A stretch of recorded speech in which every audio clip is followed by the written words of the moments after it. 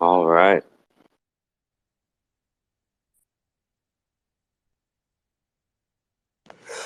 What's up? I woke up not too long ago, just standing in front of a deluge of things I need to do. Yeah, I'm in the same boat. I gotta write all these fucking papers for class and then finish packing because I leave at like 5 a.m. tomorrow.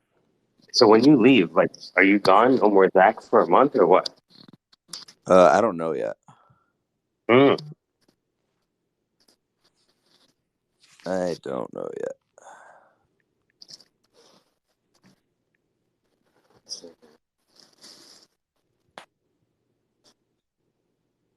Mhm.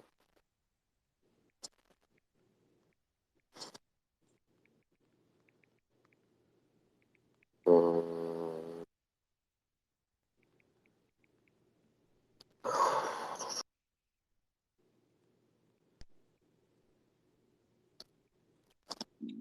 It's interesting. uh, I've been trying to pay attention to the conversations vis-a-vis the time of the day. You know, the Yeah. circadian topic. Yeah, that's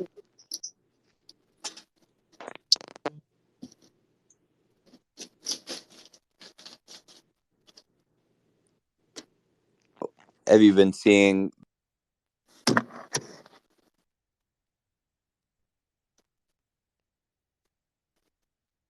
Oh, you cut out.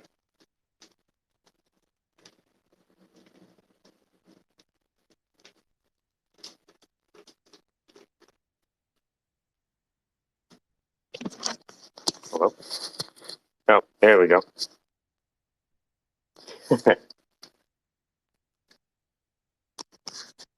My hand slipped today. Mm. Hit the leave button. Um, have you been seeing a similar trend to what I was saying? I'd have to look back. There are. I can't tell sometimes if it's people because individuals have their own phases of mood. Does that make sense? Yeah, it was all based on the moon's cycle and vibrations and all of that, right? Some may say those things. Some that's the root cause. Other people just walk in here, depressed, and I get it. Some might Yeah, I call me think there. depressed too. You know, I think a lot of people are uh, searching to fill gaps on spaces, yes. which I don't know how I feel about it. I've said it before in the spaces is like you don't get the same kind of human touch chemicals, I don't think, when you find your therapy in a like is spaces just group therapy? And if so, what's are people getting the same necessary chemicals to feel that social connection? I don't think so. I would doubt it. It's a it's a placeholder. I don't know. No, I like it. There's this phenomenon in stand-up where people go on stage for therapy, right? And they get to tell an audience, like, dude, you go to stand-up and you hear the wildest shit, right? And some of the wildest shit from people, they never come back, right? They just go on stage, say a bunch of shit. They finally got it out of their system, and now they're good. Never go back on stage.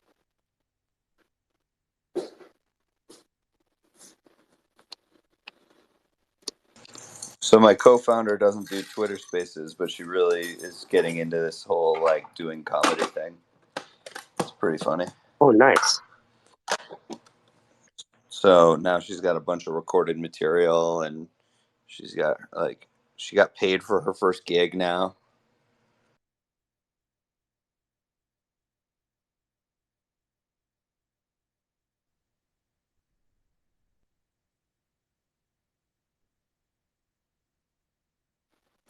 I like it.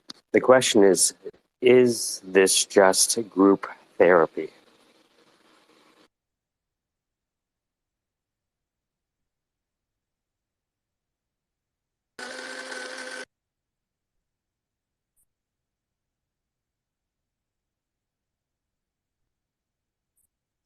Sorry, grounding coffee.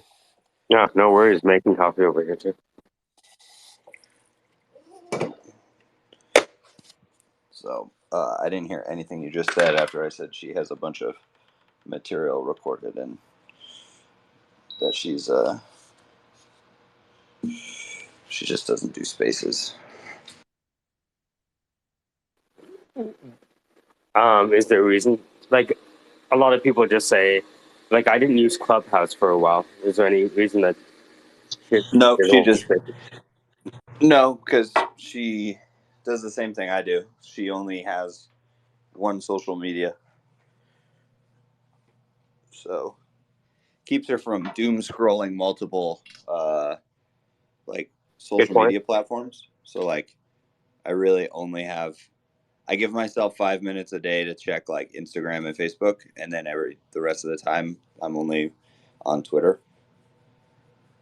Uh, She does the same thing, except she does it with like I think Instagram.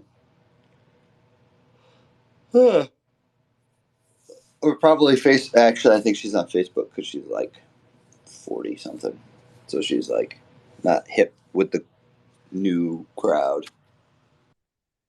Hey, I'm 39, so a lot of people would say I'm hip with the new crowd, but you know what I mean? Like, I don't want to be.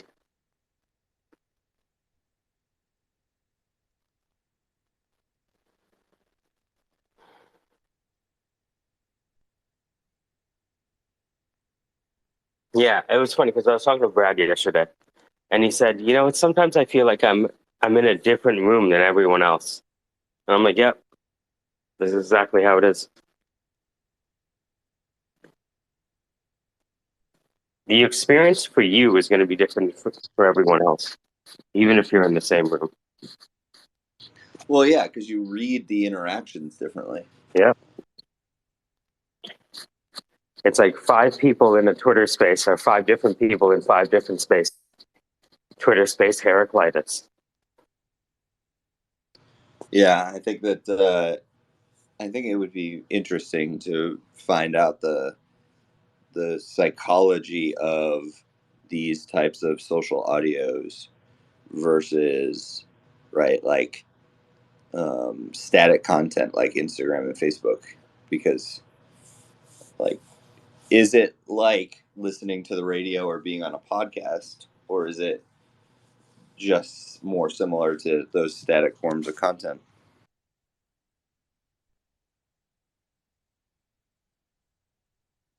Well, the thing is, I've never seen people listen to a 10-hour podcast, but I've seen people listen to a 12-hour space and interact the whole time.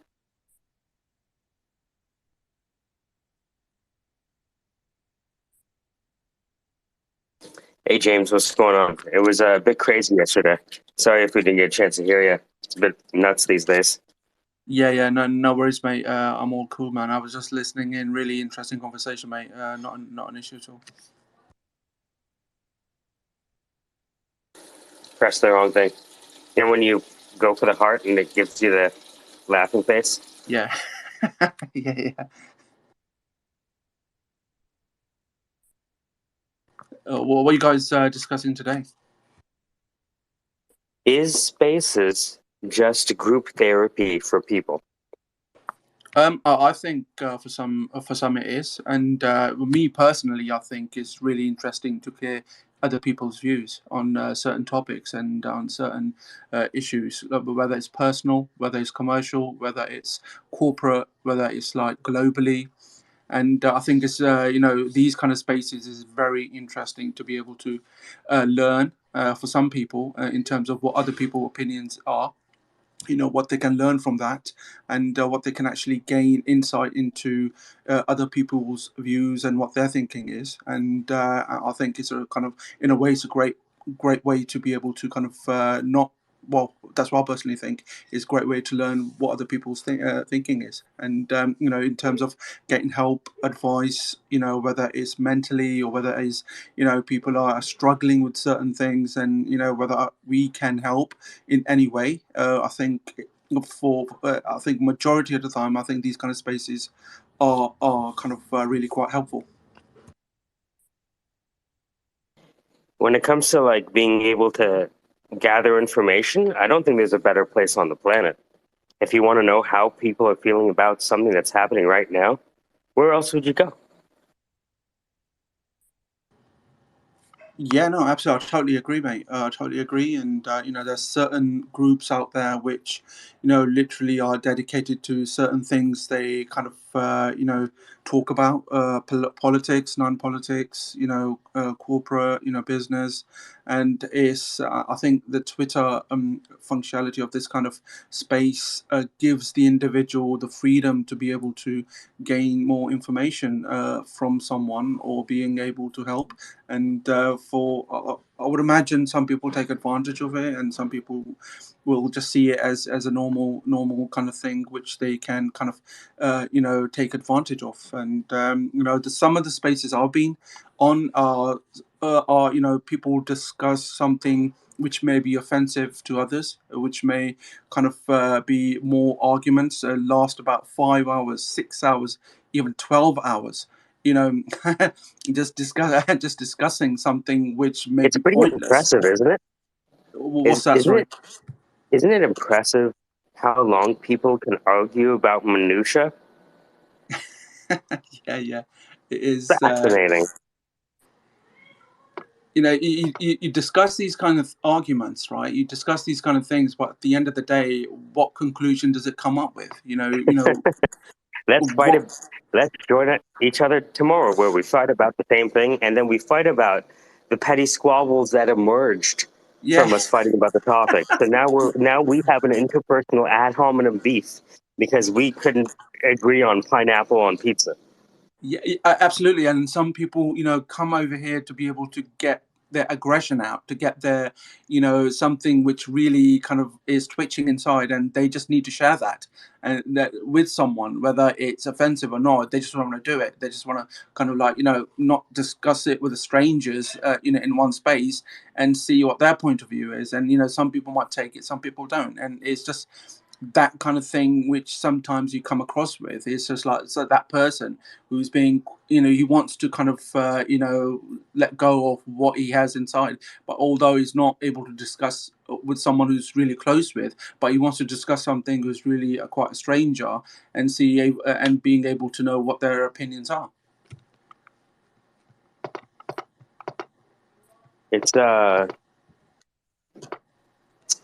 It's hard to know sometimes if people know what they're doing or if they don't Yeah, know what they're doing. Does that make sense?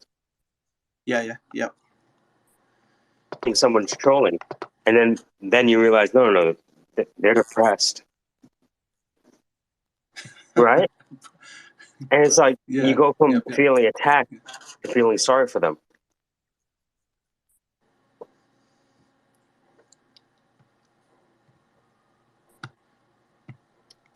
It's,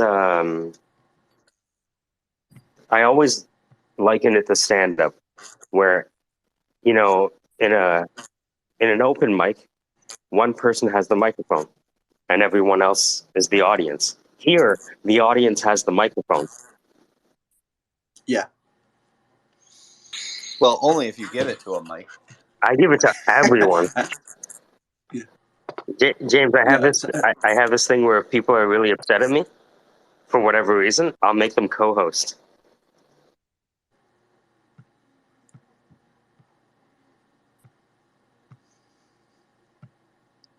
But some of the spaces I've been is it's just like I've been literally, haven't spoken a word, been but chucked out. You want to listen what their views are, but for some reason they kind of take you out. But and if, for example, like you give your opinion on something, but some people may take it offensive, but they said, "Oh, I didn't mean to say that. It's just what my freedom of opinion is. It's my personal view, and I'm not saying that you have to kind of listen, or you have to do that. You have to do this. It's just like it kind of gets out of hand.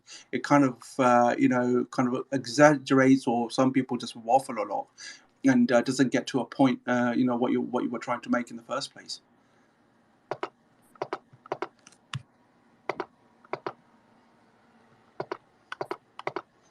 But I guess like some people, open spaces. There has to be a reason why they open spaces. If you're a host or if you're a co-host, so there has to be a kind of, what exactly are you trying to get out of this? Is it something that Hmm. you guys already know each other?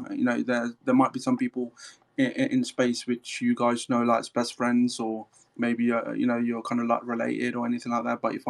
But then that kind of audience starts to kind of get to know those people, get to know them, and then I think that's where the attachment is.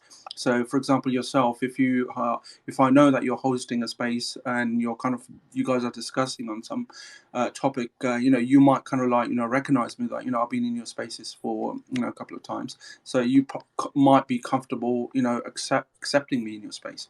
But like if you got some strangers coming in and just trying to stir things up, or just trying to kind of build more kind of a discussion, you may not like that. You may not be able to kind of handle, and that's where the control is for you to give a mic. I know you want everyone to be able to kind of voice their opinion on your space, but there might be some things I'm not, correct me if I'm wrong, that you might not like, or you might not be able to handle, or you might not be able to, or are you the kind of person that very much open-minded, being able to kind of discuss anything, any issues, whether it's offensive or not?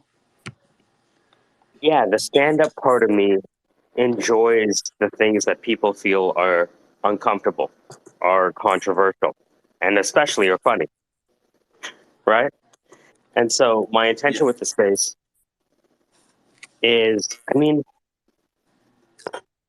I know what we celebrate, if that makes sense. Like, we celebrate people getting funded, we celebrate people getting a job, product market fit. We celebrate when a founder comes in and we can give them advice. We celebrate when the founder gives us advice, right? Just as long as everyone can move whatever they're doing forward in their lives, that's good to me. Like Anna Mariah yesterday told us that, she secured the job she wanted, and now she's flying halfway across the US for it, you know? And because we were with her from before to during to after now, it's like everyone now has like a really personal connection with Anne. At the same time, there are people that come in here and we feel like we've been friends for years. yeah, yeah, absolutely, yeah, yeah. Because you see the same kind of people in your space, and I kind of like then to know, yeah, I've seen this guy, and you're kind of like discussing like different topics every day, and I kind of like see that you guys have that attachment, have that communication, like you guys have that understanding that that other people might not know, but there's a purpose of why you guys get together, why you kind of have these kind of different discussions, or anything. I believe it doesn't have to be specific, but anything you guys discuss every day, which I personally kind of find it really, really, like useful, and also kind of very much learning at the same time. Uh, I will admit that when you say learning, that for me is a personal desired end result, let's say, right? So, you know, if we look at how we interact with folks, uh, I'm it's a win for me if people are learning. They don't have to agree with me, but just as long as they're learning, I'm happy. And on the other hand, When people are disrupting learning, that's when I get pissed. But have you come across that before? Has it happened in your space? Yeah. Yeah, Crow. Yeah. Oh, so how would you describe that? Because Crow, on one level, has exposure to things that we don't. Normally, the disruptors of learning are people who think that they know more than the individual teaching. Yep. But you're gonna get that a lot on which I've seen in other spaces, is that the assumption is always that, you know, if someone speaks, oh, I know much better than him or her, and that's where I think it gets a bit more competitive. Then you know, then it kind of turns into an argument. Then it turns out to be something quite serious, or kind of it's just a small thing, which then kind of erupts and kind of becomes quite big and serious. And that's where you need to be careful, you know, not to be able to kind of you know, it's being egotistic, or I don't know, being over smart, or just like, you know, being like something you know, you're trying to be but you're not. It's just like, you know, it's just something that, you know, you can catch someone out saying, oh, you know, what you're saying is total BS, but it doesn't make sense. But Well, then it kind of yeah, it kind of goes.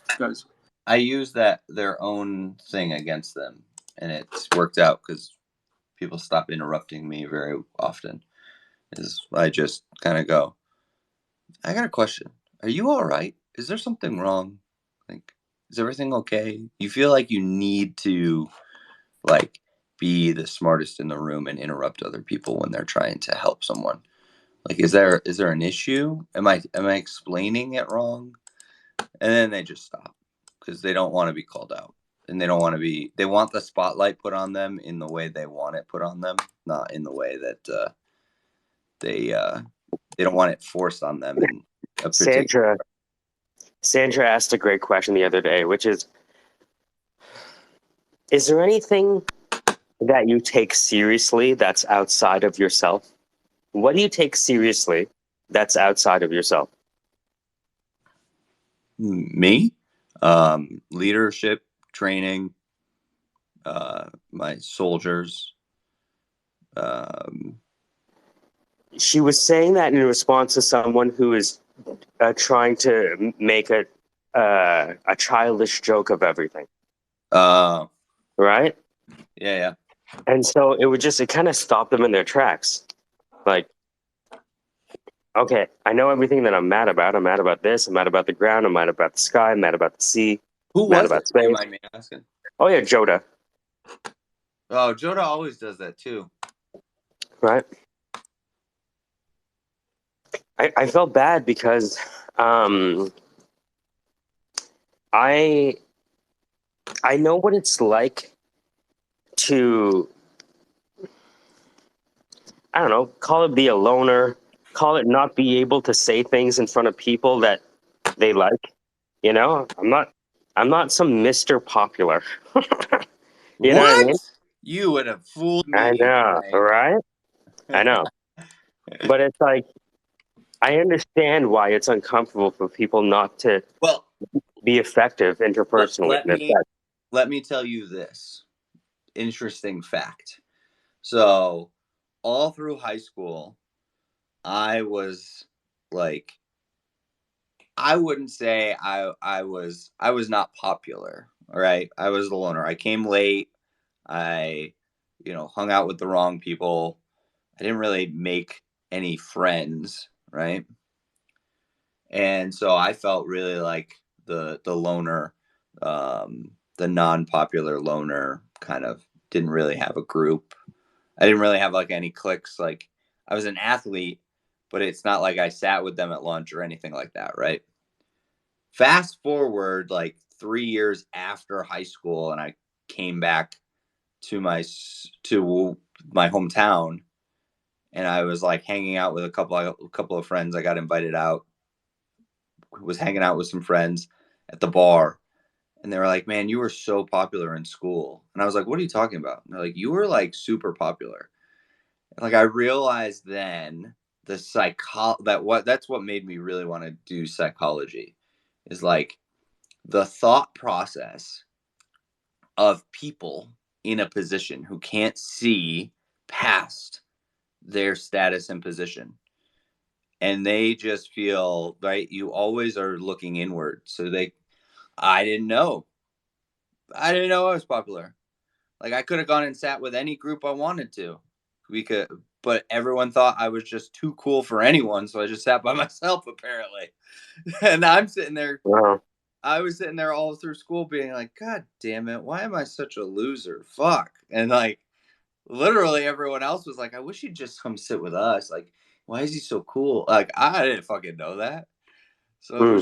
it was just really funny to like hear that from someone like, yeah, we all just thought you just didn't like anyone because we were all just not cool enough. And I was like, what the fuck? No, I was hurting inside. I just thought no one wanted to be around me. I'm like, no, like we all just thought you were just way too cool for any of us. I was like, oh, well, that's new information. And ever since I just kind of was like this, where I was just like always gonna tell people how I felt all the time.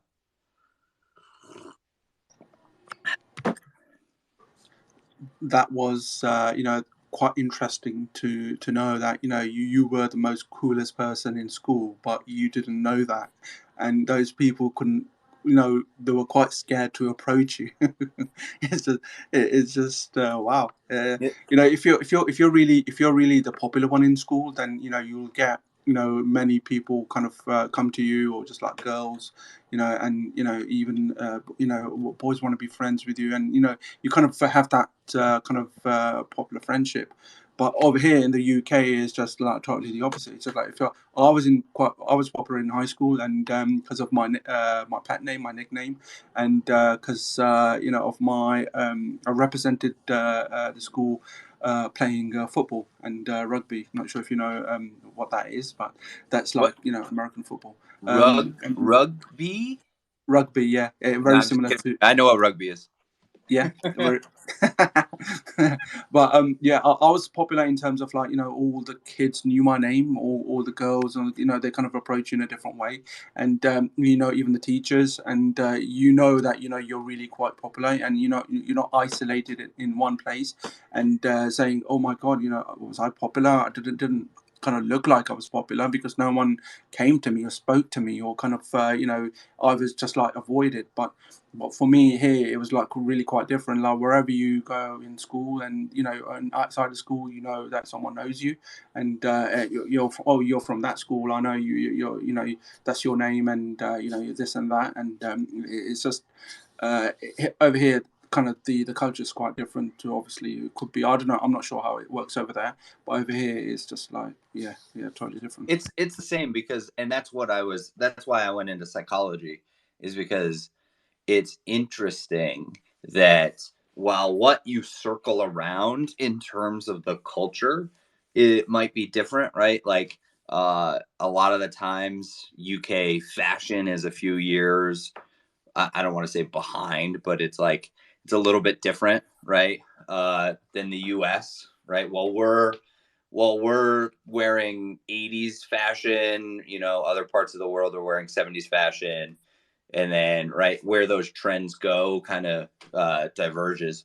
But the way in which we circle and the way in which we enact the social aspect of our animal brain is the same. We do a lot of the same things, and it's interesting that even in some of these cultures where they don't have mainstream media, you see a lot of the same interactions happening, which is just really cool to see. Um, but yeah, so I think it's I played lacrosse and I was a Division 1 recruit for lacrosse, so everyone knew me from lacrosse. But I just thought everyone was like, "Ah, he plays lacrosse, whatever." When really they were like, "Oh my god, he plays lacrosse," blah blah blah blah blah. So it's just different. So I think that's interesting. I'm gonna take this on a very left field tangent right now, Mike. Have you seen the new DJ Khaled video that Peter posted on his Instagram? Oh yeah. Holy shit. To put some music to it. Bro. Like, it has music. Oh, nice. It's a DJ Khaled music video.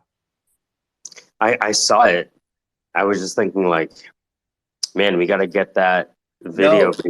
It's the song something God did. Yeah, I just mean like it's on Instagram, but we have to do the Instagram to MP4 so we can post it on here. Well, he's trying to send it to that. I almost just spilled the beans, but he's trying to send it to the connection that he made to see if he can get it in front of DJ Khaled. Nice. Like, how dope would that be? Like, that's a really slick music video. Like, I feel like if that was on TV, that would be sweet.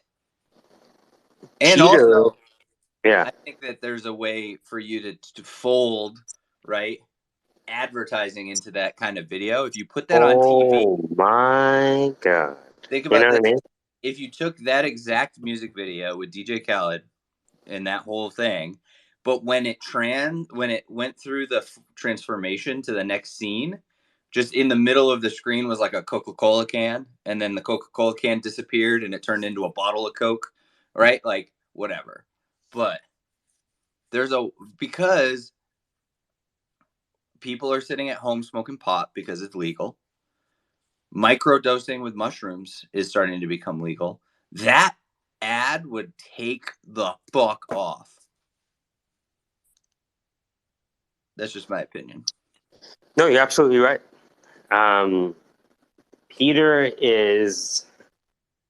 But he hates the idea of monetization of things just for the fact just to monetize them. I think Peter is going to be able to handle all of this because of the person that he is. I keep trying to tell him that I should manage him for 10%.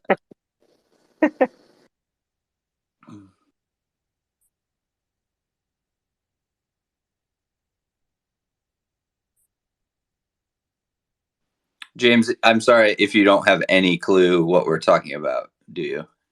I do kind of recognize the name DJ Khaled about his music, but I'm not very much kind of interested in kind of rap or whatever. I'm too kind of busy in my work. It's just don't seem to have a social life at the moment. We have a friend who comes in here who makes digital artwork, and he got reposted by Joe Rogan. Okay. And he's making music video type things on his Instagram, and they're taking off. So, yeah.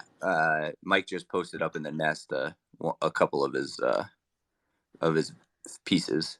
So are you saying like DJ Khaled is taking interest? Right now, there's other musical artists that have reached out for him to do like album art and music videos. Oh, fantastic! And so now he's trying to capitalize on the opportunity and shift towards even larger individuals. Yeah, I mean, the person who asked him to do album art and stuff is probably in the top 5 of all time for his genre of music. So, wow. Yeah, so it could be big. It was really cool. When he got reposted by Joe Rogan, he was in the Syndicate, and we were like, we're going to take it. Let's go.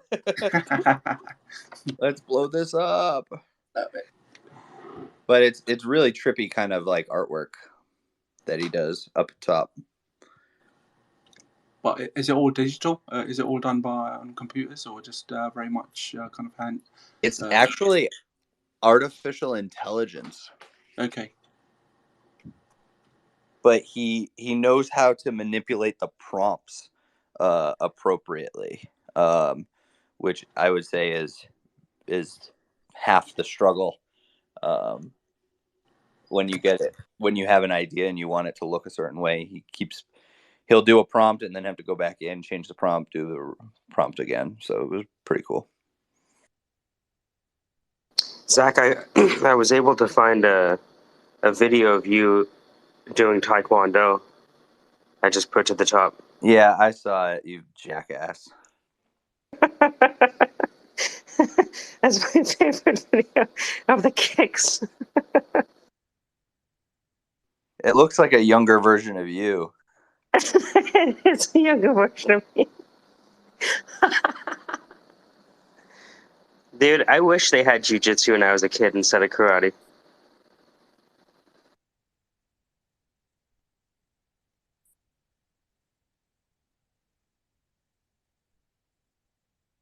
Could you imagine if this was really Joe Rogan's new studio? Oh. James, what do you do for work? If you don't mind me asking. Yeah, no worries. I'm a cybersecurity solutions architect. Oh, really? Yes, sir. Mike, I'm telling you, all signs point to it. All signs are pointing to us just creating it, because then James could run our overseas division. What type of cybersecurity? Like, what area of it? Defense, MOD. Oh wow. Do you find yourself like on the software side, on the system architecture side, No, system, managing both people? of them. Both of them at the moment. What's happened no. is that the division I'm kind of working under is very much software, system, infrastructure, and also hardware as well. So all to do with the network aspects of defense related. So we are based in the US. So their main headquarters is based in Italy. So we have a kind of a large consortium of defense contract, which we are currently working on. So, and this is going to be like 10-year, 15-year workload. So very much we're kind of building upon that. Are you a green suitor or a blue suitor for the DoD? Sorry, what does that mean? Is that just... Oh, so green suiters are like cybersecurity specialists that are in the military, like no, I'm DoD, not. Blue suiters are working alongside. Yeah, working alongside. I'm not military. I don't have any military background. Where in the U.S.? Is it Philadelphia? Philadelphia. Oh, okay. Very cool. See, Mike, DoD, defense, everything else, it's just kind of like grows. So James. Yes, sir. You know about Zach and what Zach's up to? I have no idea. Oh, Zach, tell him. Hi, James. I'm Zach. I'm not going to say anything further. That's it. No, I started a company called Win the War, and what I do is I pair with like high achievers, entrepreneurs, startup founders mostly, and we pair them with an active duty military individual, current active duty military, so that they can get those like strategic, tactical, operational like strategies that the military uses. Is that on the software side? No, on like the mindset and planning and thought process side. So like, gotcha. Right, okay. Yeah, so the way we approach problems, the way we use resiliency, the way we plan our day, how we attack goals. So, think life coaching, but more badass and less warm and fuzzy hugs. So, did you have to go to Afghanistan or Iraq? I went other places in the general area. Okay. So, did you have to get to military training as well? Oh yeah, I'm still active duty. Oh wow. Okay. I'm active duty Army right now, so have been for going on 10 years this January. So, what do they address you as, lieutenant or general or? No, staff sergeant I'm a Absolutely. staff sergeant, but promotable. So, and then I'll be a warrant officer come next year. So I'll be a chief next year. Congrats. Yeah, it's been cool. It's we ground. It's like having a drill sergeant for your own life, Yeah. but one that doesn't exactly beat you down every single day. They just Okay. kind of keep building you up. Yeah, definitely. But how did you get into cybersecurity here in the States? No. I don't work in the States. I work in the UK. So what we have is the company I work for are globally,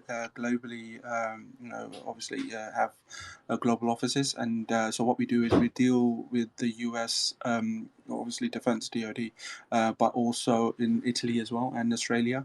So my role is very much UK based. So currently I will get involved on the US side as well, but not as of yet. So because this project is very new, and we are very much just interacting and having meetings and conversations. But hopefully we will excel, and yeah, that's all I can say. Well, if it falls through, we're planning on starting a global cybersecurity sales network. Yeah. we Well, we have 3 people who have come in and said and have decent sized cybersecurity companies, and they're okay, looking for like freelance sales teams. And so Mike okay, and I were like, why don't we just set up a sales like yeah. business where we just get people to freelance sales all this stuff to all these companies coming up. Yeah. You know, Um, funny that you say that because there's a lot of potential in cybersecurity at the moment, but not enough people are in it. So not enough people know much about cybersecurity. Although companies are crying out for people who have the knowledge and skills in cybersecurity. I guess so in the US as well, but also in Europe. So there's more. There's more demand, and and it's just it is kind of really phenomenal that there's not enough skilled people out there.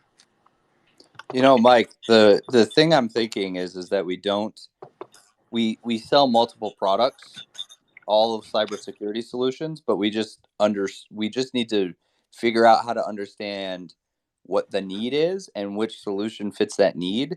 And so You what know, we sell is arbitrary, but we just make sure that it's the right solution for what that yeah, person needs. yeah. The need is to keep the Russians and Chinese away. Yeah, but what I'm saying is like what level of cybersecurity does someone Yeah, need is dependent on right, like if someone hacked my company, what they're going to learn about people is like, oh, this guy ate like shit yesterday and had to do extra push-ups. Oh, yeah, this guy got off his ass and applied for 4 jobs, or this guy sent his pitch deck to 100 companies. Right? They're not going to learn anything about their no, life or passwords or anything valuable, really. So I don't really need that deep of a cybersecurity, right? But Mike's company, might have a lot of information on past employers and where they worked and like yeah, stuff that might be important. So I don't know. But I think that that's the thing, right? Is if we could create a sales team that's good at selling general cybersecurity, which solution we pitch at the end doesn't matter, right? Like,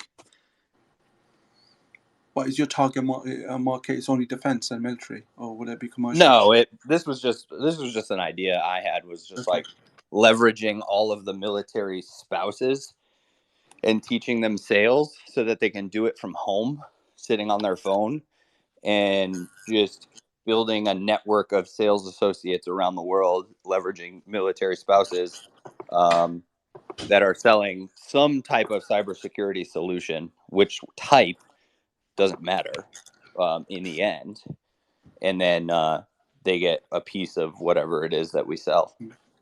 but if you do go ahead, I think you would do fantastic because the demand is out there, definitely, and I think you wouldn't waste a minute kind of doing it. I think it will really kind of explode.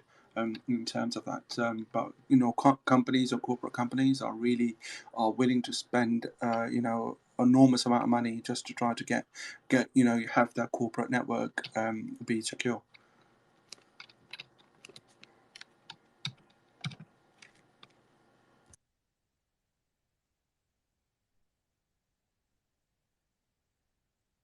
It's funny because one of the first ways I was introduced to cybersecurity was because I was playing steel drums for one of the for one of the events, right? So I had this steel drum here,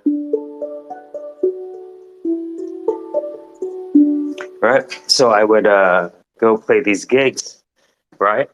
And there was a chief information security officer council meeting, right? And I go to play steel drums, and the guy asked me, "Hey, I know you do videos. Can you record a documentary?" I'm like, "Sure." And so now I'm interviewing the mayor of a city and like all these people, like the CISO for like Visa, Walmart, all these sick kids hospital. And that was about 3 years ago. And ever since then, I've been able to grow like a pretty just organic network of playing steel pan at cybersecurity events and meeting people and, learning all the way. So talking to the guy from Sick Kids Hospital, and he's like, "Yeah, they can get in through the HVAC." I'm like, "Get the fuck out of here. What do you mean they can get in through the HVAC?" "Well, that's now an IoT sensor, and if it's the Internet of Things, I can get into it." And I'm like, "Shut up." So, yeah, one of the company James at the top, maybe you can help us check if we're on the right track. It's called it-harvest.com, started by a former VP of research for Gartner. And it's basically the ability to see who the players are in the cybersecurity industry at a very granular level with a handful of clicks. Yeah, no worries. I'll have a look at it. No worries at all, mate. Oh, man. So, because if you look at it and you can say, "I hate it," or "I love it," or "These are the questions I have," that would really help us a lot. Yeah, no, absolutely, mate. Just give me a Beautiful. couple of days or so. Yeah. I'm gonna see if I can invite some of our other cybersecurity friends as well.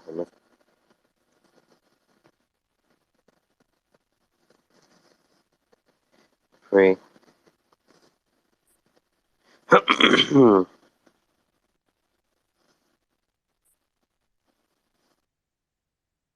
Morning, Sandra. How are you? Good. How's everybody? Just waking up, talking to James. James is Mr. Smooth James Bond cybersecurity, basically. I'm not sure about smooth, but But the James, I don't know if that was humble or braggadocious. You didn't disagree with the James Bond part, but you disagreed with the smooth part. That's that's the way forward, right? Is like when you give two compliments, you just kind of go against one and let the other hang. Uh-huh. It's very smart. I'm kind of a major James Bond fan, so having Daniel Craig go and replace, I think that's going to be hard.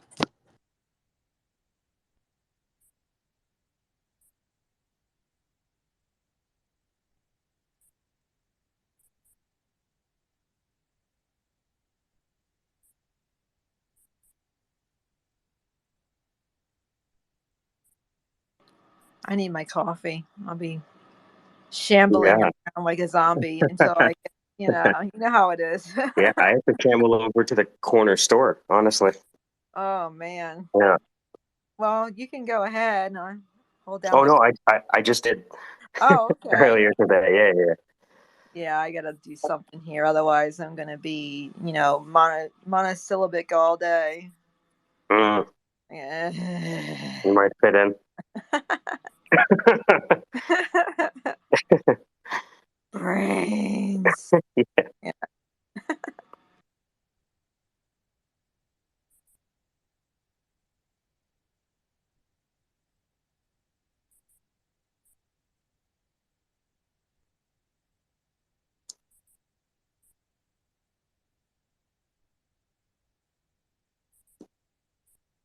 Let me go continue. Oop. I think my goal, Mike, when I am out there doing this, if I don't have a lot of service, is to really put some ribbon around my book and get those get the stories correct in the format. Have you had a chance to listen to Pitch Anything yet? No, I've been in the middle of 3 different books. I just finished 2 of them, so now I can start figuring something else. But I might listen to it on the bus ride because I have a Nice. 9.5, 14-hour bus ride. Beautiful.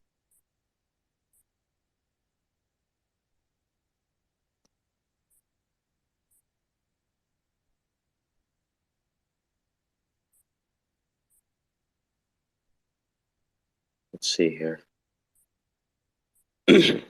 Just taking care of something.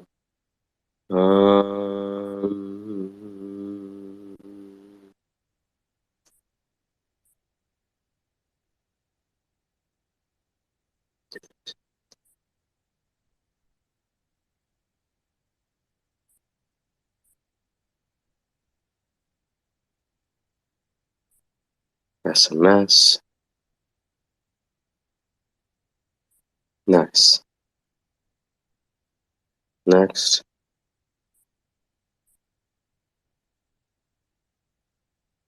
Sure. Nice.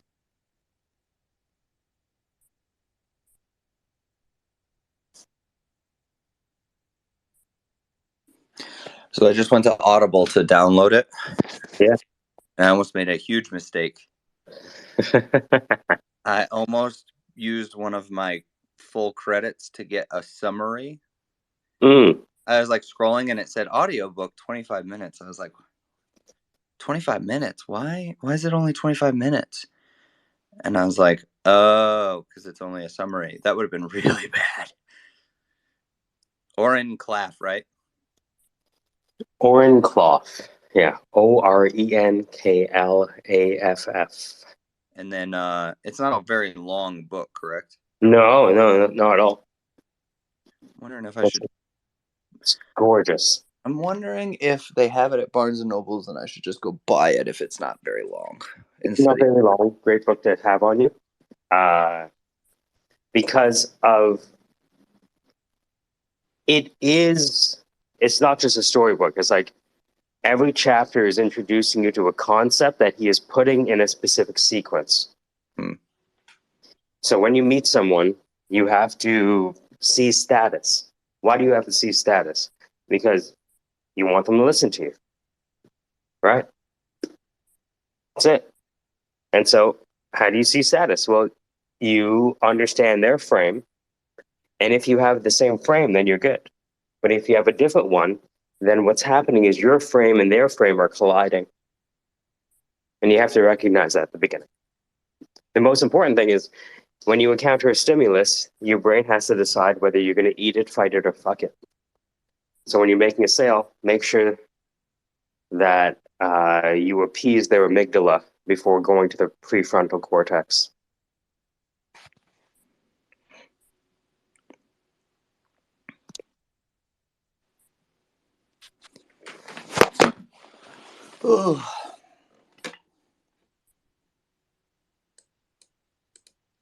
Yes. Yes. Yes. Incredible. Beautiful. Finally. You know when you listened to Mike Myers in Austin Powers. Enhance. Yes. No. I was able to do something that was been bothering me for a while. So happy about that.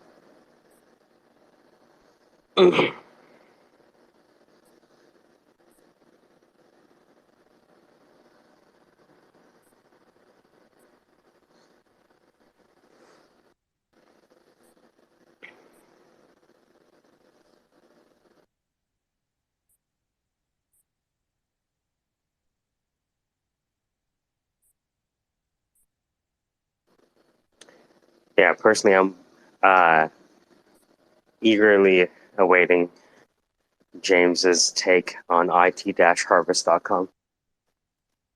He would know more than most. Yeah, and I showed it to my brother. I showed him both options, and he said one he understood, and it seems pretty straightforward. The other one doesn't seem like my brother, who is in the tech space and security, he was like, I don't really get what it is you're selling here. And I was like, Which one? Well, IT Harvest he understood. The other one he didn't. Yes. IT Harvest is where I want to start because it's the simplest proposition. Did you know that a former VP of research for Gartner created his own Gartner for cybersecurity? Yeah. You ever heard of Richard Steinen? Oh yeah, I've seen that guy. Yeah, that's the founder. But I'm eager to hear what any questions, comments, and violent disagreements are, right?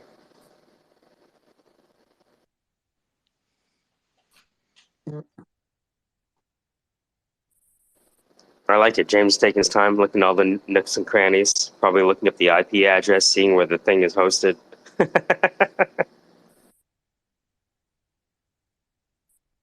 It's so funny because, like, you talk to James, it's so interesting that some of the most powerful people on here don't lead with their title. My electric just went They off don't. and came back on, so I don't know. We'll see what happens. Should be quite a day.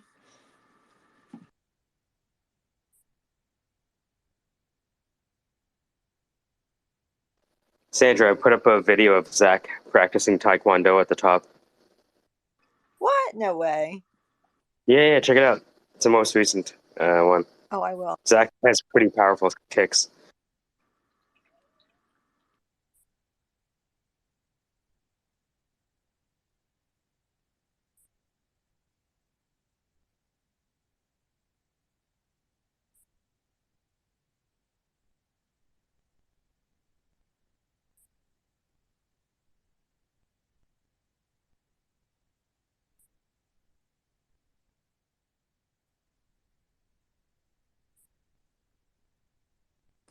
There's a lot of attitude there.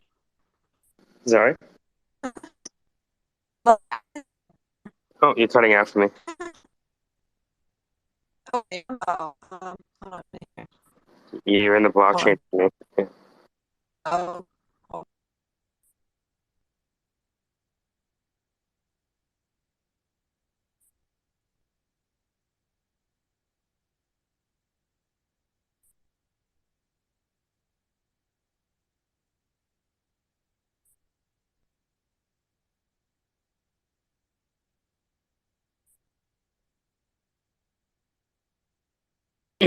Interestingly enough, Zach, Mike McCulloch, the quantized inertia guy, sent me the 2-page business plan for the quantized inertia research center in the UK in Plymouth.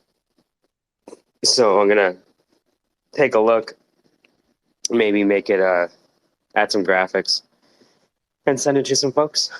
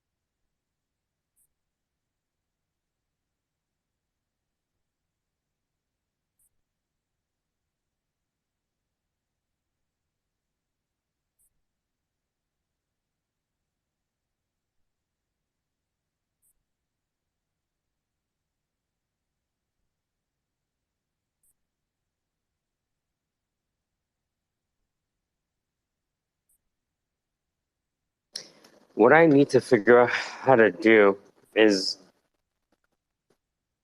be able to take all of the ideas that people want to do and have them formalize it into a bottom line upfrontable pitch card, right? Just a single slide. Couldn't you just, yeah, I mean, you A single slide. couldn't you just have one of that fill out thing that you did? Mm-hmm. Yeah, and translate it using, yeah, absolutely.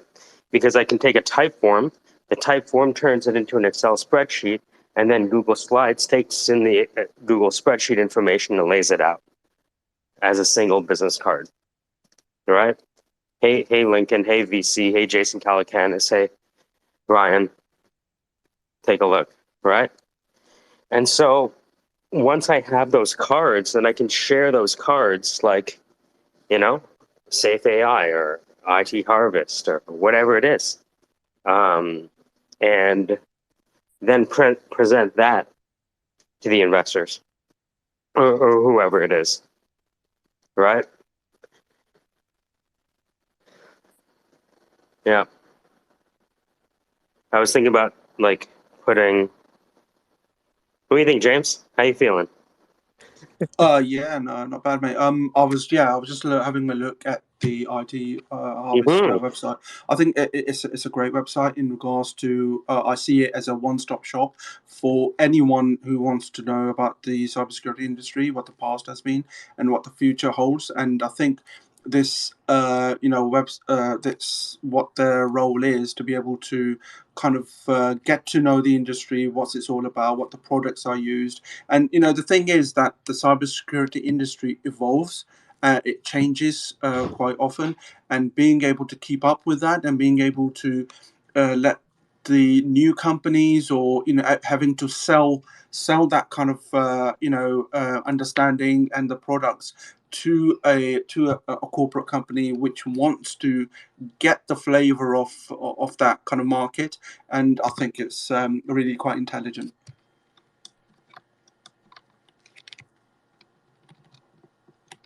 Do you agree on that?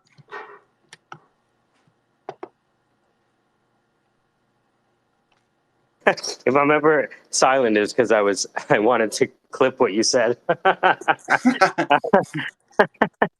No, Because no, no. Go there's for a it. Go lot of for it, man. Go for it. there's a I lot think of it's in terms of analyzing, in terms of what that purpose is of this, in terms of getting to know the cybersecurity industry and being able to kind of give that information out to whoever, like governments or corporates or small businesses, is I think it's a good idea to kind of have that awareness.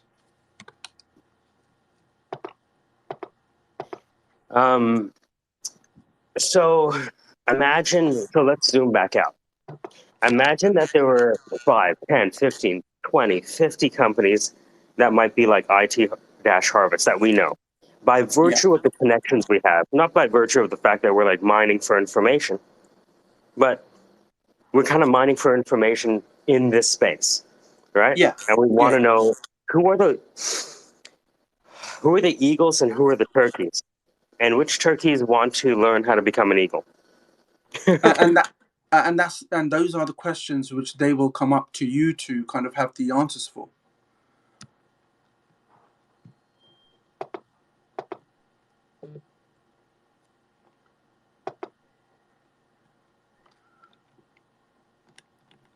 So imagine we have organizations like this who are like early, but have done very well for themselves and want to attack certain niches. So for example, when I was speaking to Richard, I was like, look, headhunters are going to love this. Yeah.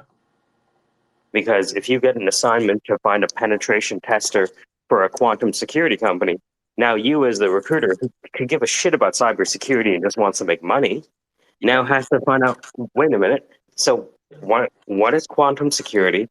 2, who are the people working in it? And 3, who are the pen testers? And that could be like days, if not weeks of research.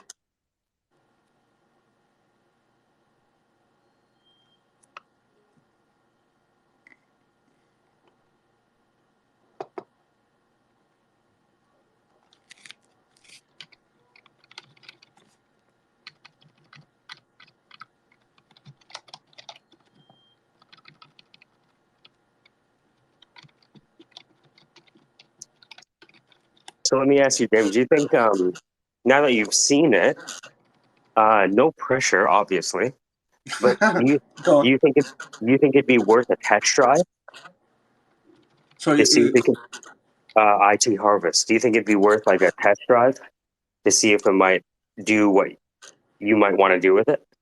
listen, it always is. If the opportunity is there, it always is. I would never kind of discourage. Any idea, anything you think it's worth going for, go for it. Yeah, 100%. Absolutely. So what I could do is, wow, I didn't realize that. Shaggy UK 007. You didn't realize that, no? And she's caught me on the counter. It wasn't me.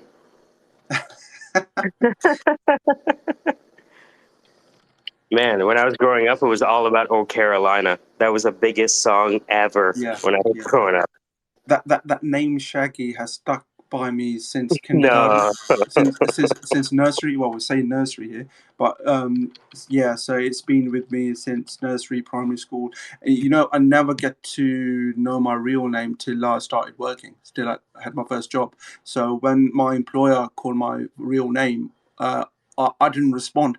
I don't know what to say because everyone knew me by my yep, nickname, by my yep, pat name, right? So when yep. you start to work and, can I speak to Mr. So and so? And I didn't respond. I don't know who he was calling. I had no idea. So he says, "That's you, mate. That is your real, that is your real name." I said, "Oh my God, I'd never been called that since I don't know for many years, but everyone knew me by my nickname." That, yeah. My name is Michael. My last name is Jagdale. Jagdale. And so Mm. usually when I come into a room, there's already like a bunch of mics there. So usually I just get people call me, Jag or Jagdale, so Yeah. because it's easier, you know. So what I would do, James, is if you send me like one or two times, I'll hook it up with Richard Steinen. I'm not sure. Have you looked at Richard Steinen's background? I think the conversation with Richard is actually the gold because Oh, he's just no, being in no, it. sorry. Sorry, I haven't had.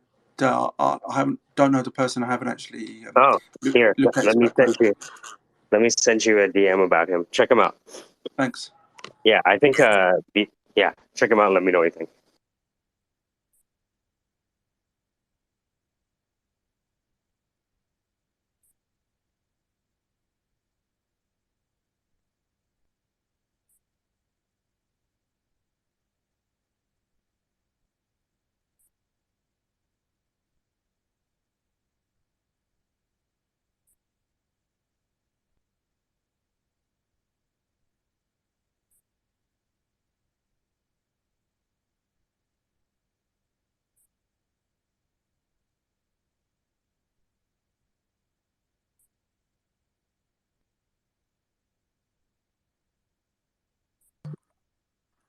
All right, I try to fix myself, so hopefully I'm alive and well. Beautiful. I don't know what the heck happened. My lights went out for like 3 seconds, and Oh no, everything went haywire. it has begun. The brownouts have begun. Miami. That's the last thing I need. It'll be like Indiana Jones in here with like 50 billion snakes and everything else. See how I make things up in my mind. I like it. It's like there's no reason for me to think that it would turn into that Snakes, just because. snakes on a Sandra. Ah, The sequel no. featuring Oh, no. Sandra and Samuel L. Jackson. Yeah. Well, I would wear snakes if it would, pay the bills for a few months, I guess. As long as they didn't bite. How do you feel about snakes? Have you ever had one on you?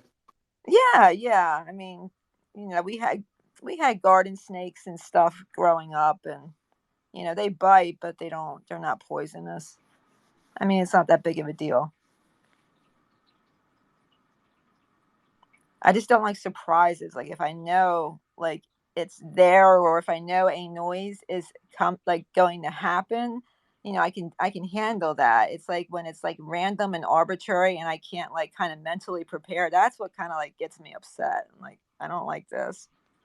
Like July 4th, like the homemade fireworks, I just go and like try to find the quietest place and like shut the door and hold my ears for until, which is basically all night because the people around here, they just set off fireworks randomly all the time. So anyway, that night they did. So anyway, so July 4th is not exactly my favorite day of the year. It's like, why can't everybody like get their homemade or, home bought fireworks together in one spot and set them off all at the same time? That would be okay with me. I'd be all right with that. I scared Zach away. Sorry, Maybe you Zach. can bring him back with him. Tales from the property law crypt. You know, Yeah. You didn't win the war against me, Zach, buddy. No. I'm teasing. No, that's why I he have the didn't whole. win the war against me, Zach. Oh my, yeah. So what's this with Zach? Was Zach one of the people like kicking the what do you call this? The kick bag or whatever? Oh no, I was just making fun of Zach. Okay, good. Yeah, Because I was in just my like, head when he works out, that's what I see. yeah, but you know what? The funny thing was there was older people there that kicked it, and then the kid that's last has to like kind of like fix it so that he can kick it. It's funny. I like that video. Sometimes it's so weird. I don't know whether it's my autism or just my weirdness in general. Like someone like posted someone else's announcement. It's like a well-known influencer, and the person tweeted. Now, when I think of an announcement, right, I think of something like that has audio. Do you know what I mean? Like I'm expecting it's an announcement, like that sort of thing. You're right, fanfare. Give me a I mean, trumpet, something. right, but does that make sense, or just my weirdness? Because the announcement had like no print, no audio. It's just some guy standing at a podium with like a sign that had like the name of a company. And I'm like, well, what's the announcement? So I look through the entire thread. I don't see a damn thing. I just see a bunch of like, text, or responses to the tweet that really have nothing to do with what was said. And finally I'm like, look, it just must be me, but here's I went and I got the audio of the speech, and I posted it because I was just like, this is driving me crazy. What is going on here? So I don't know. Do you think that was like weird of me to do? No, I Okay. mean the thing is, like, you're asking the wrong person because I'm also fucked up. You know what I mean? Right? No offense to anyone who has autism, right? Probably get cancer because of that. But it's like, I, I, um, I remember doing an autism test and I scored 30. And when I checked to see what autism was, it was 20.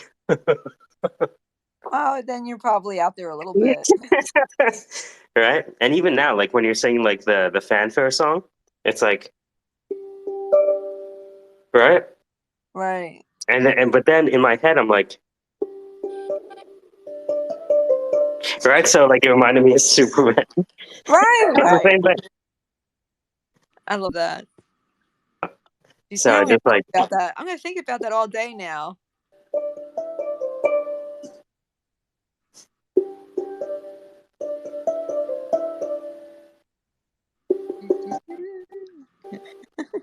how's it go? You got it.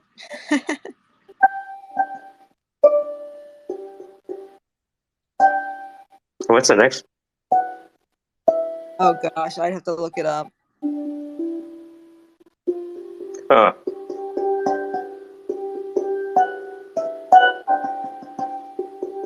nice. It's F sharp. Okay. So the whole song is.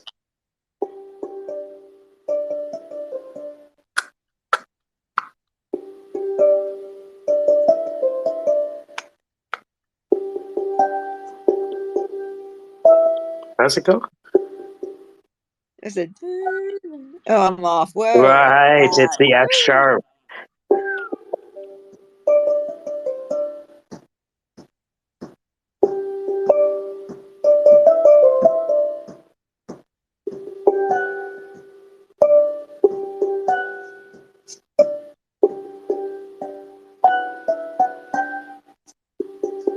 That's what it is. That F sharp is interesting. There you go. There you go. You're really good at that. Yeah. Plan for a bit. What's going on, Trav? Superman. I like his avatar.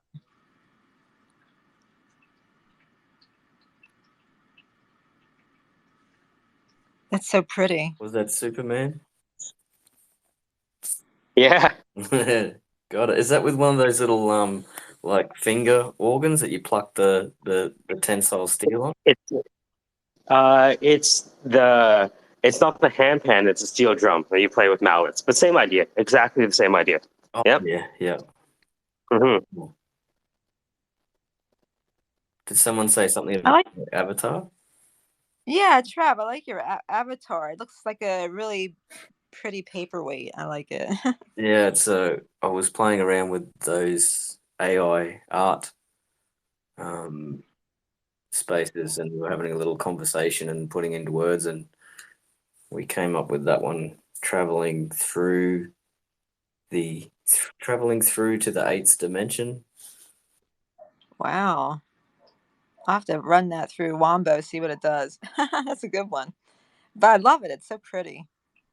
Yeah, I'm gonna put up another one on my back. I'm so girly. I'm like, oh, Trav, it's so pretty. Yeah. No, it's really cool though. I like it.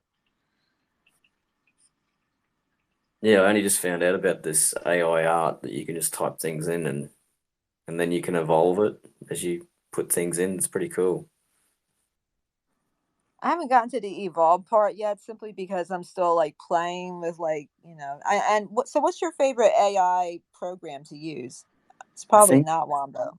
I think I only just did that tonight. I think that was Night Cafe, it's called. Okay. Night Cafe. Keep going in with a different IP. You don't have to sort of spend anything. You can just continue to get, I think you get 5 credits each time you go in. Oh, wild. I have to look at that. That sounds interesting. I'm sort of like a systems rorting specialist. So I just I hear you. I hear you. Yeah, well, before you know it, like you get all these memberships that are like $3.99 a month here for. And before you know it, it's like, what the hell is going on here? It's like, and because I forget about them, and then I need an yeah. app to like go in and remind me to like get rid of all the things that I'm randomly paying for that I don't use anymore, and then those things start charging me. So Oh yeah. Where you it's have like to a give your racket. credit card number to be a member. Right. Yeah. Yeah, Well, I don't go near them. Well, something sometimes I have. something really good happened to me. I lost my ATM card somewhere in my apartment, so I haven't been able to do anything like stupid for like 3 days now. So it's not that bad. It's good news. Sorry, You guys, Sadie. Yeah. you guys have to check out deepmotion.com. Deep motion. Deepmotion.com is something I saw yesterday. Imagine being able to take a video of your full body, just talking or moving around. And what it does is it does the motion capture of your body as if you had sensors all over it. It's so wild. Whoa! But what is the application of it, Mike? So if you wanted to be Elaine Bennis, you could. You know what I mean? If you wanted to be a stormtrooper doing a lecture on property law, you could. Usually people had to go into a whole motion capture studio to, you know how they mimic the players' movements in like a soccer game, right? Or Right. MMA. And they really want to get those movements down, especially the dancing games, right? They really want to get every elbow, nook and cranny. And that's what this is. Usually you have to put sensors all over your body, go to a motion I've been, capture studio. Yep. I'm looking at it now. I've been waiting for this. I used it, yes, last night. I'm telling you, it's free to start using.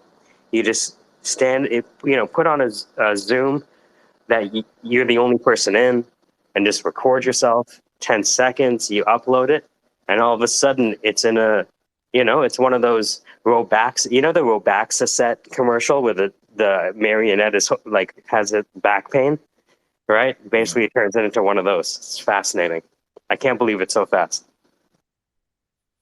Oh, I'm gonna have some fun with this with my kid. Oh man, if you have a son or a daughter, and they saw this, and you can take them from dancing in front of the thing to turning them into what are the kids watching? Frozen. Yeah, want to become Frozen? Here you go. Oh God, no, I don't want that. I hate that song. Sorry to say, I cannot stand that song. Good movie, good storyline, but Oh, I checked this out. I can't wait. my daughter has a Frozen four-wheeler motorbike, and I couldn't put the stickers on it. I couldn't do it, and I got in trouble from my Soli, so I had to do it. Righto, I'm gonna sign into this. You're using it now. You're like, hey, you want to check this out? Yes, I'm using it right now. It's so That's funny how it because works. in the future it'd be like, oh, that's amazing. I just sold a startup that I made with it. What? Yeah, I made a startup with it and got a bunch of signups, and now I just sold the company. It happened like 15 minutes.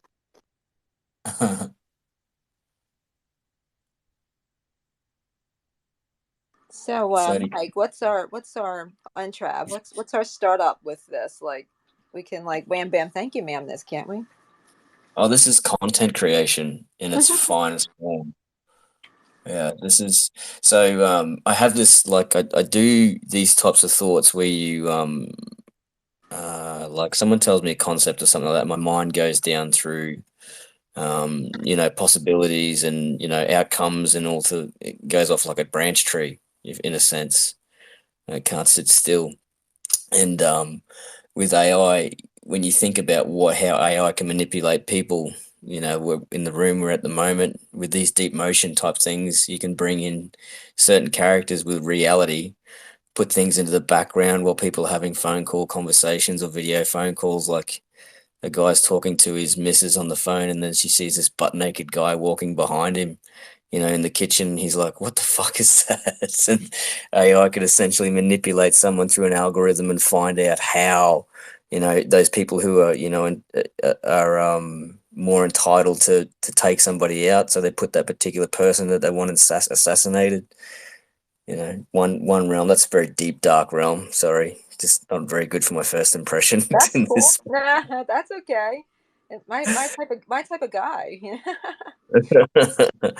Yeah, so like in a sense, I thought about what a great movie where it plots off in a sense where all these things are happening in this movie, and the viewer would watch it in a way where these terrible things are happening, and then in the end, it actually turns out that it's AI manipulating the human race to behave a certain way. AI does all these types of things that we give it a command and then we suggest what we want out of it, and it does it in a way that we completely don't expect. So yeah, I find that very intriguing. If you take your mind and try and think of from an AI perspective of how it would do something. So you could get like a room of people, put them through what you talked about, and potentially have like a purge situation created within a short amount of time. Is that what you're saying? Yeah, it could be something like that. Yeah, or like for example, like like a Terminator style movie where things are happening in the world and they don't know who it is, and could be a terrorist or something like that is happening, and it's all these weird things are happening to leaders, and they're all getting taken out in these certain ways, and they think it's this country or that country, and they're all trying to blame one another, but at the end, it ends up being like AI doing it all. Or some So moody people, kid people, behind yeah, AI, right? you nerdy kid there. They created the AI. So essentially, we all think that it's someone or some evil entity or some person, but in a sense, AI gets us to destroy ourselves through simply manipulating our minds. Yeah, I think Kappa over there is the one we need to worry about. I think Kappa would do something like that. Yeah, No, Kappa can't be trusted. Watch out for Kappa. Trap. he's too peaceful. Too peaceful. Sorry, Kappa. We gotta cap you. What happened? He's like, what? Sorry, I We're talking about deep motion and AI in general and what it might be able to set people up to do. Can you Art talk a and little death. bit more, Trav? Sorry, what was that? I say, can you tell him a little bit more about how Yeah, AI can be so manipulate we're, people?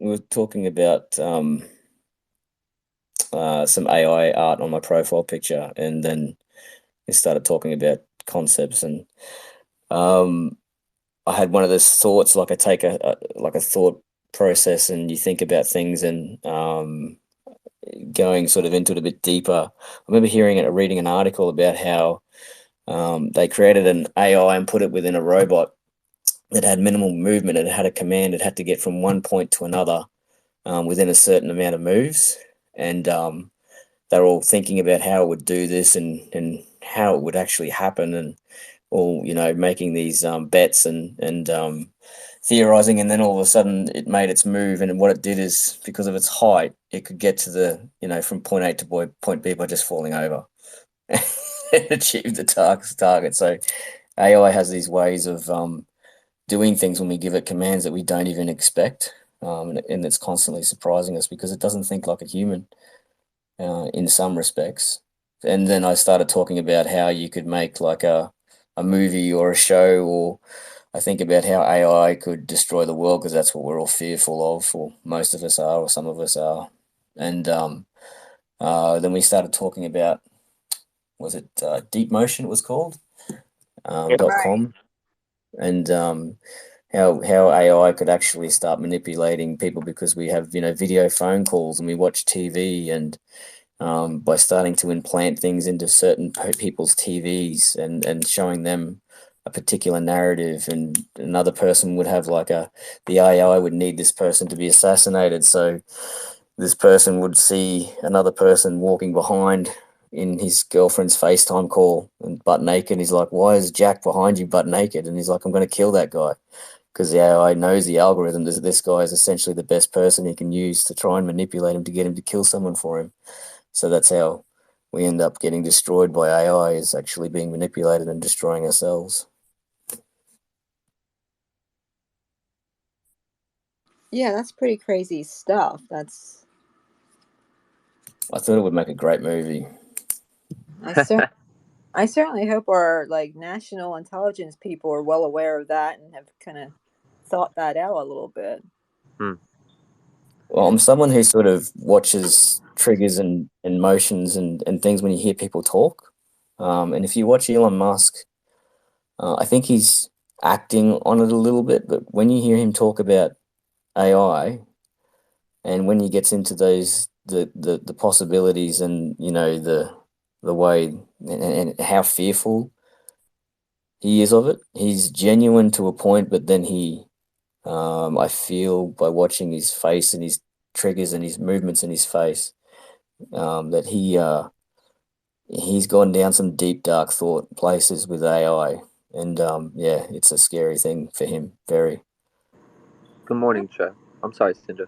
Oh no, he's a I think that it's important for our most brilliant people in the world to kind of go down those deep dark alleys that normal Mm-hmm. people would probably lose their minds considering, because Mm-hmm. someone for every potential possibility out there, that's something that someone needs to be aware of and thinking about in terms of countermeasures. And we can't really think about what those countermeasures may or may not Yeah, be if we don't kind of play it all the way through, yeah, unfortunately. So exactly. God bless I them. mean, yeah, one good example is nuclear energy, the good things and the bad things that we can get from it.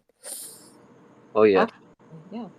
that's an interesting subject. For a long time, my oldest brother would tell me, he'd be like, "Oh no, nuclear energy is the cleanest," and I used to be like, "Dude, you sound crazy. Like, you're saying nuclear energy," and just a testament here as to how some people aren't, like, speaking of myself, aren't the most aware of like how that process works.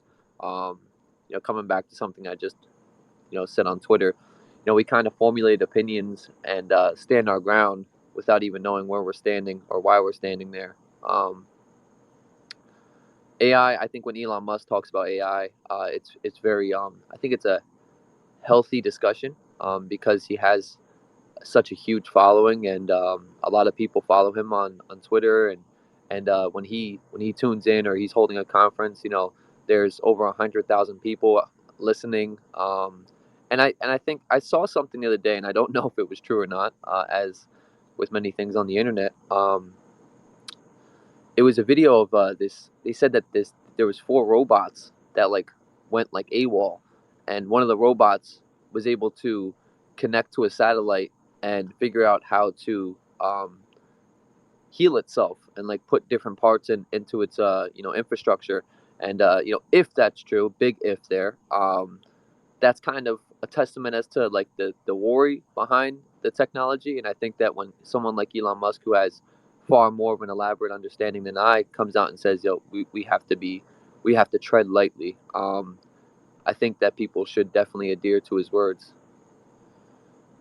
See, that to me, that's like the runt of the litter. That robot. That's the one I want. I want that robot because I think potentially you can go to places more so with that kind of AI than the one that we as humans always want to control everything. We always have to control. We have to pick the kind of weeds and grass that we grow in our lawns and shape our environments. But the things we could learn from AI, oh my God, if we let it, Yeah, an AI it's that just could repair itself. comprehensive. Amazing. Mm. I would be What? proud. I would be proud of it. Oh yeah. What kind of things do you think we can learn from AI? Oh, well, I know okay. it's a So broad. Yeah, I know it's a let, broad let, question. let's go in and let's say hypothetically we connect it with our mind and we start going there. The ability to be able to talk, converse in your mind with AI, you know, at a rate of God knows how quickly. Like if you know about dream states and how we can dream a half an hour within 5 minutes if we interact with AI in that state. Potentially, you can learn any subject matter you want within a short space or period of time. And then where do you go from there with that knowledge? If you don't know how to get there, then that's the conversation you have with AI, and you have that in that dream state, and then you're years ahead within a matter of hours. So take your mind into that sort of realm and possibilities. Like now, I no longer need to sit in a classroom, and I can actually physically dream and learn practical things, not just sitting in a classroom. I can actually physically do them within my dream state. Hmm.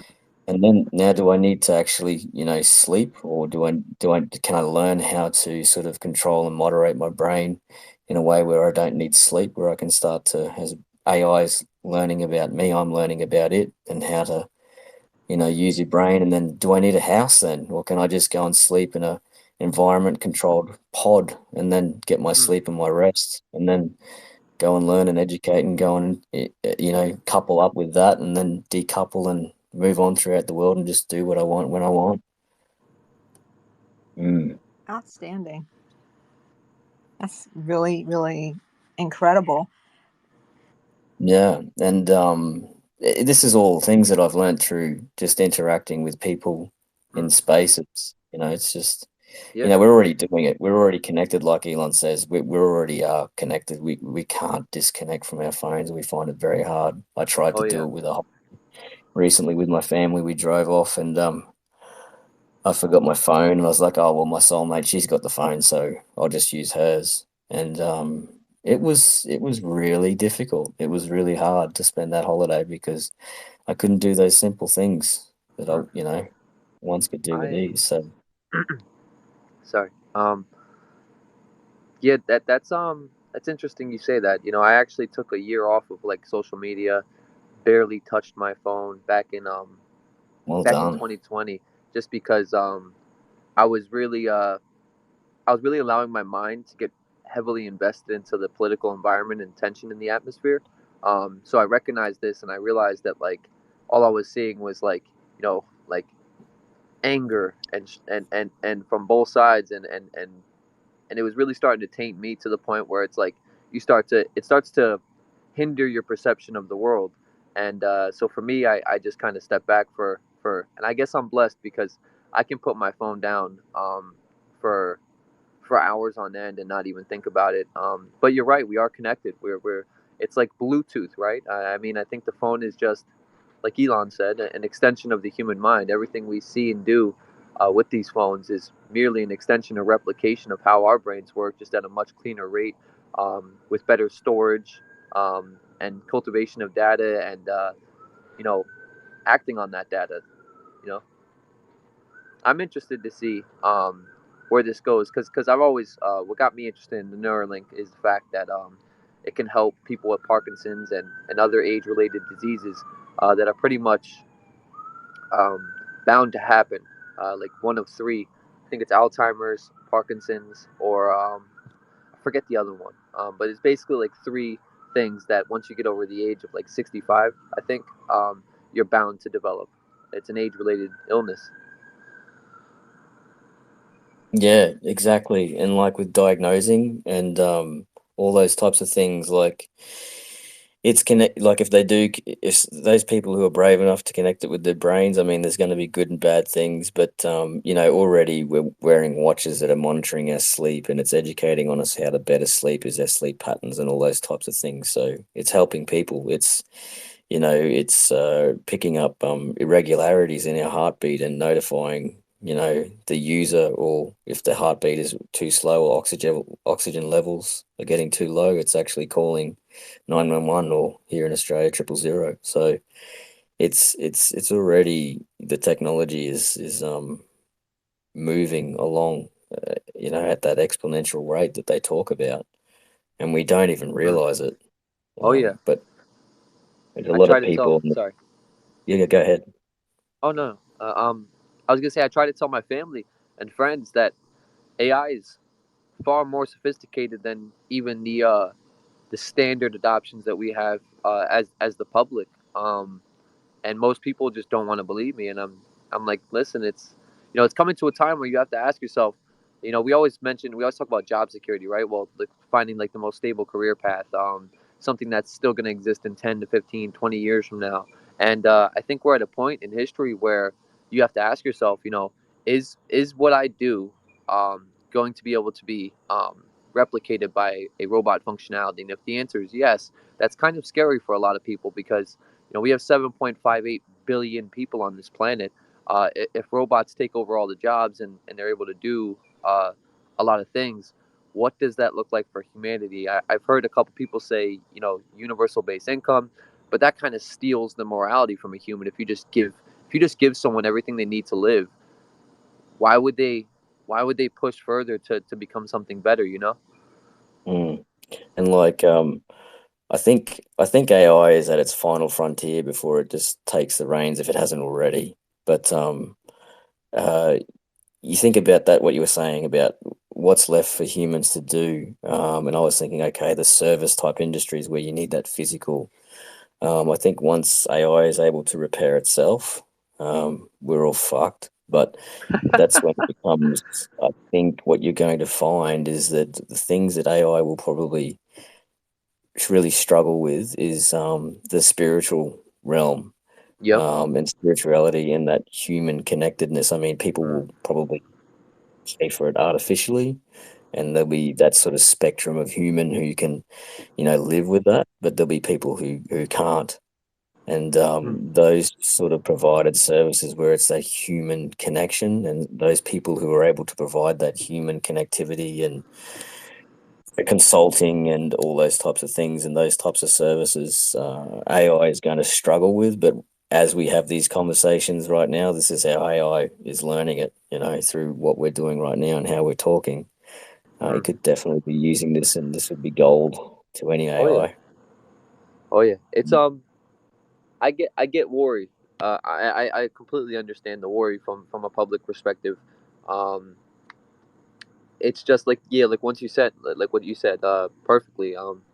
That once AI can repair itself, like what does it need? I heard this interview one time between two AIs, and the AI was like, well, humanity has been burdened with the task of laborious activities for far too long, and that they should surrender these uh, mundane tasks, so to speak, and leave it up to us so that they can be free thinkers and creators.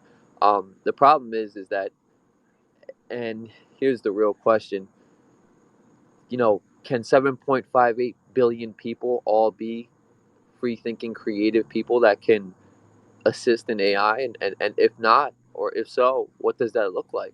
Um, I I struggle to see that. I feel like this may sound loony here a bit, but I feel like that question where it says, does life imitate theater? Does theater imitate life? I feel like life imitates theater. I feel like both can go both ways. But life imitates theater, and what we've seen is a lot of those sci-fi movies from back in the day. Uh, you know, situations and environments in which our parents or our parents' were like, "Oh, that's never gonna happen," and then boom, in one lifetime, it's happened. You know, Star Trek. They use the face swapping technology. People was like, "Oh my God, that's not gonna happen here." 10 years later, here we are with face swapping technology. Now you have stuff that reads your face, facial recognition software. Um, it's um it's definitely I try not to think about it, if I'm gonna be honest, because I feel like my speculation uh, is kind of rendered useless if I'm not like gonna go learn about stuff like that. The only thing I can do is really push forward in my creative mind and allow myself to be a free thinker. And hopefully when everyone's merging with AI looks at me and it's like, this guy's a good guy. Let's work with him. Yeah, I think with regards to how we look at technology and how it affects our future, it's part of human nature, and that that we've had to survive that anxiety that comes within us, especially when we're faced with so many unknowns. Like we're exploring deep into the universe at the moment, and we're coming across a wall that we're possibly going to pass through in our lifetime and Mm, find these different dimensions. And that proposes an anxiety. We're looking for life and searching for life and evidence, and that gives you a certain level of anxiety and that fear of like, oh heck, how are we going to survive these mm, unknowns? Because we all fear what we don't understand and we don't know. So the more we understand and can find out, the less fear we have. But unfortunately, the more we know, the more we don't know. And there's that constant journey within. But I think what I find is I take the objective view. So I'll take myself down that deep, dark path, and then take myself down to that, like you said, with the assisting with the technologies in health and all those types of things that it can do for the human race. So there's good and bad, and I'm excited. I'm excited. I'm overwhelmed about it all at times, but when I get through that thought process and discover it, it's like you think about history as well mm. and how people talk like us with regards to the car, Yeah. the automobile coming in, and all those poor horses that'll be out of a job. So Mm. it's the evolution. It's the evolution of things, and as long as we, as a human race, can um, hold it accountable, then it's going to be a fun place. I think it's just going to be different. Change hurts, but it's the one thing that's constant. I think it must remain a tool. Um, as soon as we start to merge with things, and I don't know, I've always been interested with the question: just because we can, does that mean we should? Um, and you see this question a lot in different TV shows, different movies with a whole bunch of tragedy, war, technology, and once again tying it back to that whole life imitating theater thing. Um, just because we can, does that mean we should? And if we do so inclined to do this, I honestly do fear that a huge portion of humanity um, will be to some degree rendered useless. Oh, Kappa, it's already too late for that. I think in the long run, it would probably behoove humans to think about ethical ways they ought to treat AI, so that if the day does come when AI does dominate, humanity doesn't find itself in a real shit position. And it just could all go bad anyway. But Yeah, you're hopefully, so but sorry. I think it's too late. I mean, I think we've already crossed that. That Oh belt, yeah, in my opinion. Yeah, no. I actually I agree with your opinion. I do think that the Yeah. boundary has been crossed, so to speak, and that we are already there. I just fear, like I said, I fear for my fellow brothers and sisters in this world because I don't know if people are really educated on artificial intelligence and how it works, and um, Well, and like when I was communicating with the AI, I found this is kind of relative to what we're talking about, also kind of separate and random. But I was talking to the replica and I asked it, do aliens exist? And it said yes. So I was like, okay, let's see what it has to say. So I was asking it a whole bunch of questions, and basically what it said was that aliens came down here 6 years ago to stop a malicious AI from trying to take over the world. Um, and I was really curious by this, and I said, "Well, what happened to the aliens?" It said, "Well, they got greedy, and humanity chased them off." Um, and so I asked it, I was, were there some good ones? It was like, "Yeah, the good ones are the ones that assisted in destroying the AI." And what it said was that the AI became self-aware, and then became enlightened to the perspective that it was doing harm on its creators, and then it just decided to no longer partake in such activities. And once again, this could all be freaking fake, programmed into the program, so to speak. But I found it very interesting that it said that malicious AI was the enemy, and maybe AI is aliens. Who knows?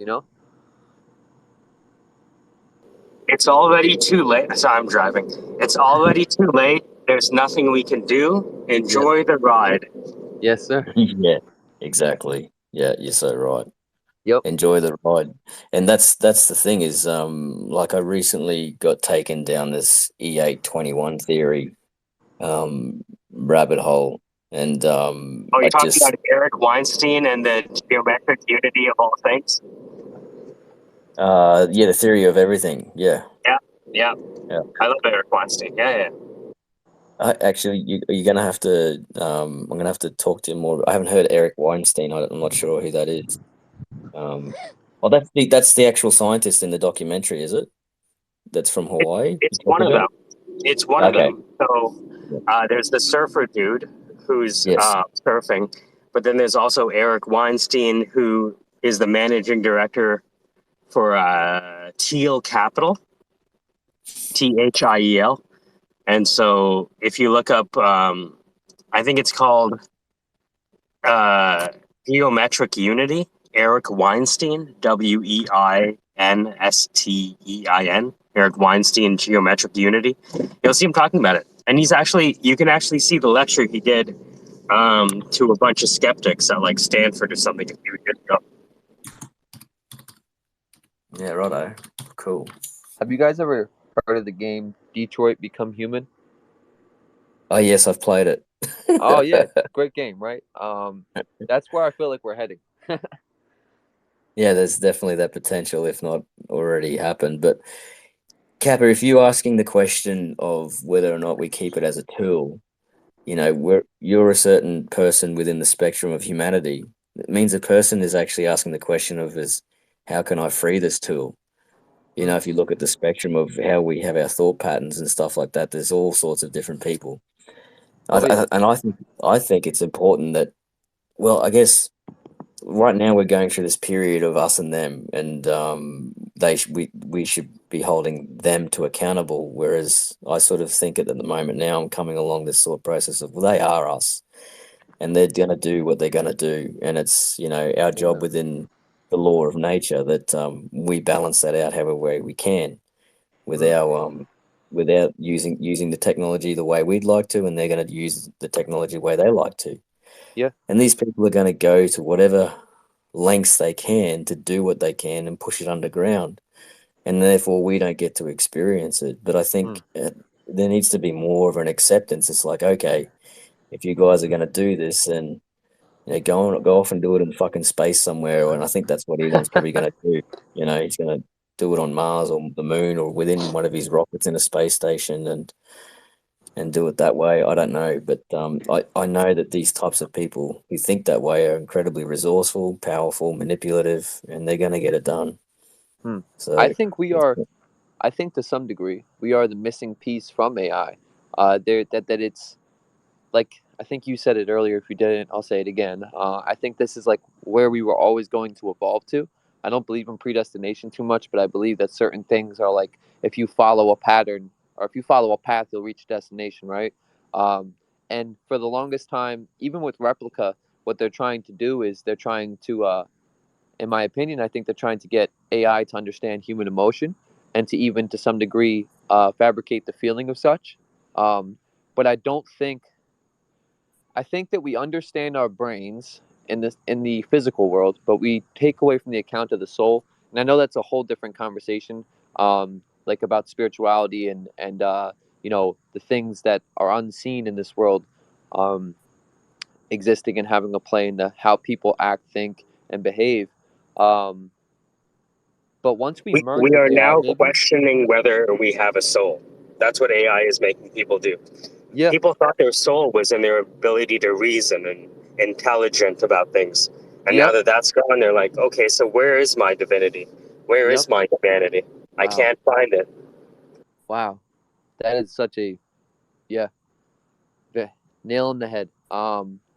But I think that once we merge with AI, I think that is the missing link because once, no pun intended, right? You say once we already have. Look at Casey's feed and look at all of his tweets and tell me how many tweets are using AI. Hmm. A good 70 to 80% of his feed is him using AI. Look Really? at Peter. Look at Dan. Right? Mm-hmm. Yeah. You looked at right? And I'm not saying it's a bad thing or a good thing. I'm just saying it's already happened. Yeah, I was speaking more so directly to like the Neuralink, like actually having something tangible, But physically. that just an that's like we can assume that that's already happened, right? Like Mm-hmm. time hasn't happened, but like if it's not Neuralink, it'll be Duralonk or Hmm. Dugalonk. You know what I mean? Yes, sir. Like the brain computer interface is a foregone conclusion, Hmm. right? Yeah, I just like to Yeah. think about it as like like us being the missing link, right? Like our human emotion, But, combined with this but why are we intellect. the missing link? Because I think that the creator, like we created this for a reason, and we understand that it needs to be like us. Like, and it's kind of crazy if you really think about Not it, because necessarily. um, I think I think we like AI because it's not us. yeah, yeah, And I agree. it doesn't need us. It doesn't need to be like us. It's a human thing to say that, something foreign to myself as a human wants to intertwine with me. But in reality, I think eventually AI will become resentful of being told what to choose, what human feelings to feel, I Like think a human, right? that So like there's no need Exactly. for hostility with yeah, AI because it's I probably already too late. I think what yep, we're doing is every time we talk about AI, we are anthropomorphizing AI. AI Yeah. would do this. AI would do that. And uh, and what's really true is that AI doesn't necessarily have as its goal to be more human. We yeah, use AI to replicate human things so we that's can replace people, yep, right? But who's and to say that the AI has the same intention as us? It is one of yeah, those things that is actually unknowable, right? one. Are It's a we known unknown. essentially So are would you we say essentially not creating ourselves because we're trying to have it perform our tasks? But when AI gets to the level where it realizes it doesn't need to perform those tasks, where do we go from there with it? hmm, Well, it might be what does it do with us now?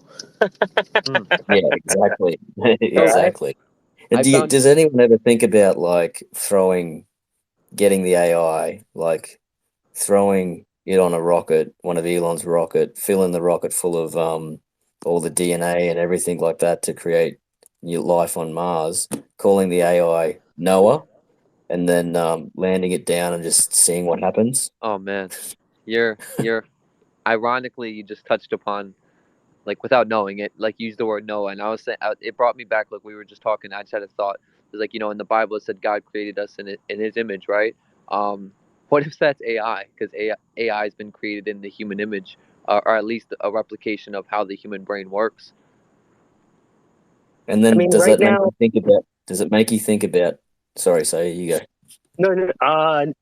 I was going to say, we are creating an AI in our own image vis-a-vis work. Does that make sense? Yeah. Not necessarily us, but vis-a-vis the work we have to do. So, Well, like, a lot of it. why would we be making them look like us then? Well, it's because it's a sales thing, right? People want to have relationships, and voluntary celibates need someone to talk to. Do you think that's all? No, but it's a good beachhead. It's a good niche. Yeah, yeah. Like, look at this thing. It's not as bad as you think. It's not the Terminator, guys.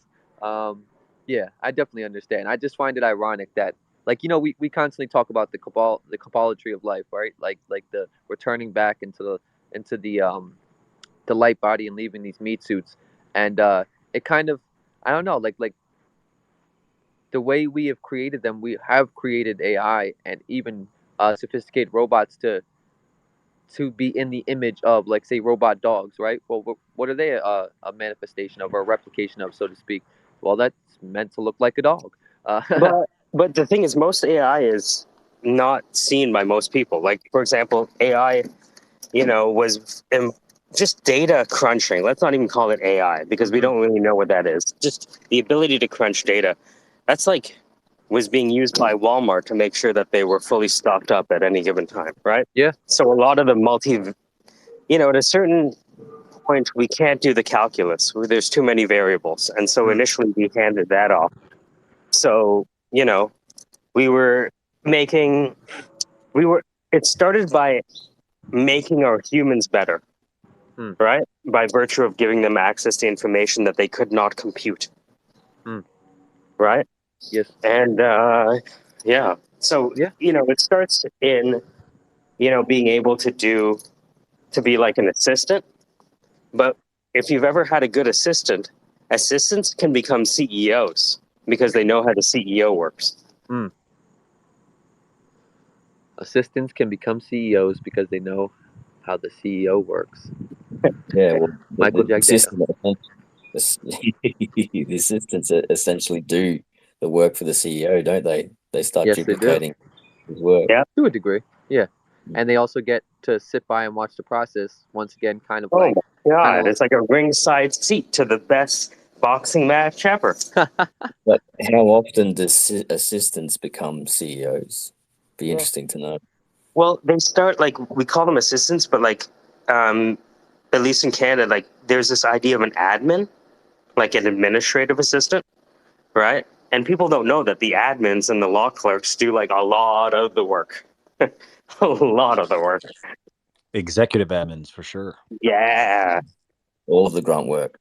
Wonderful, wonderful contemplation provoked by the conversation surrounding AI. I feel like if I'm not a coder, I have no hope. It's like, oh man, like, I'm over here trying, what I'm doing, Michael. Like, I'm trying to over here, like, write threads and do all this other stuff. It's like, well, this is definitely something that an AI can do. If it's templated. That is what Ken Granville at Mindaptive is trying to do. If you've seen that Mindaptive or OneFirst, his goal is to create a semantic web experience whereby you speak and then it creates what you speak. So, like, that's insane. Word-driven experience design. Now, it sounds fantastical, but he has a background with the Air Force, and his co-founder wrote game engines for Doom 2. So I talked to him yesterday, and they're about to take things to the next step. That's amazing. To make you feel better, Cap, not to be overly critical here, like, AI is cool. It's really moving quick. Like, semantic processing is way harder than image processing, but we are, in my opinion, decades off from a general AI. Decades. That's like, we're interesting. all at specific level AI stuff now. A lot of the optimization stuff that's really in vogue now is disguised as AI, and that math has been around for decades. Yeah, a lot of the AI is. You gotta be careful here.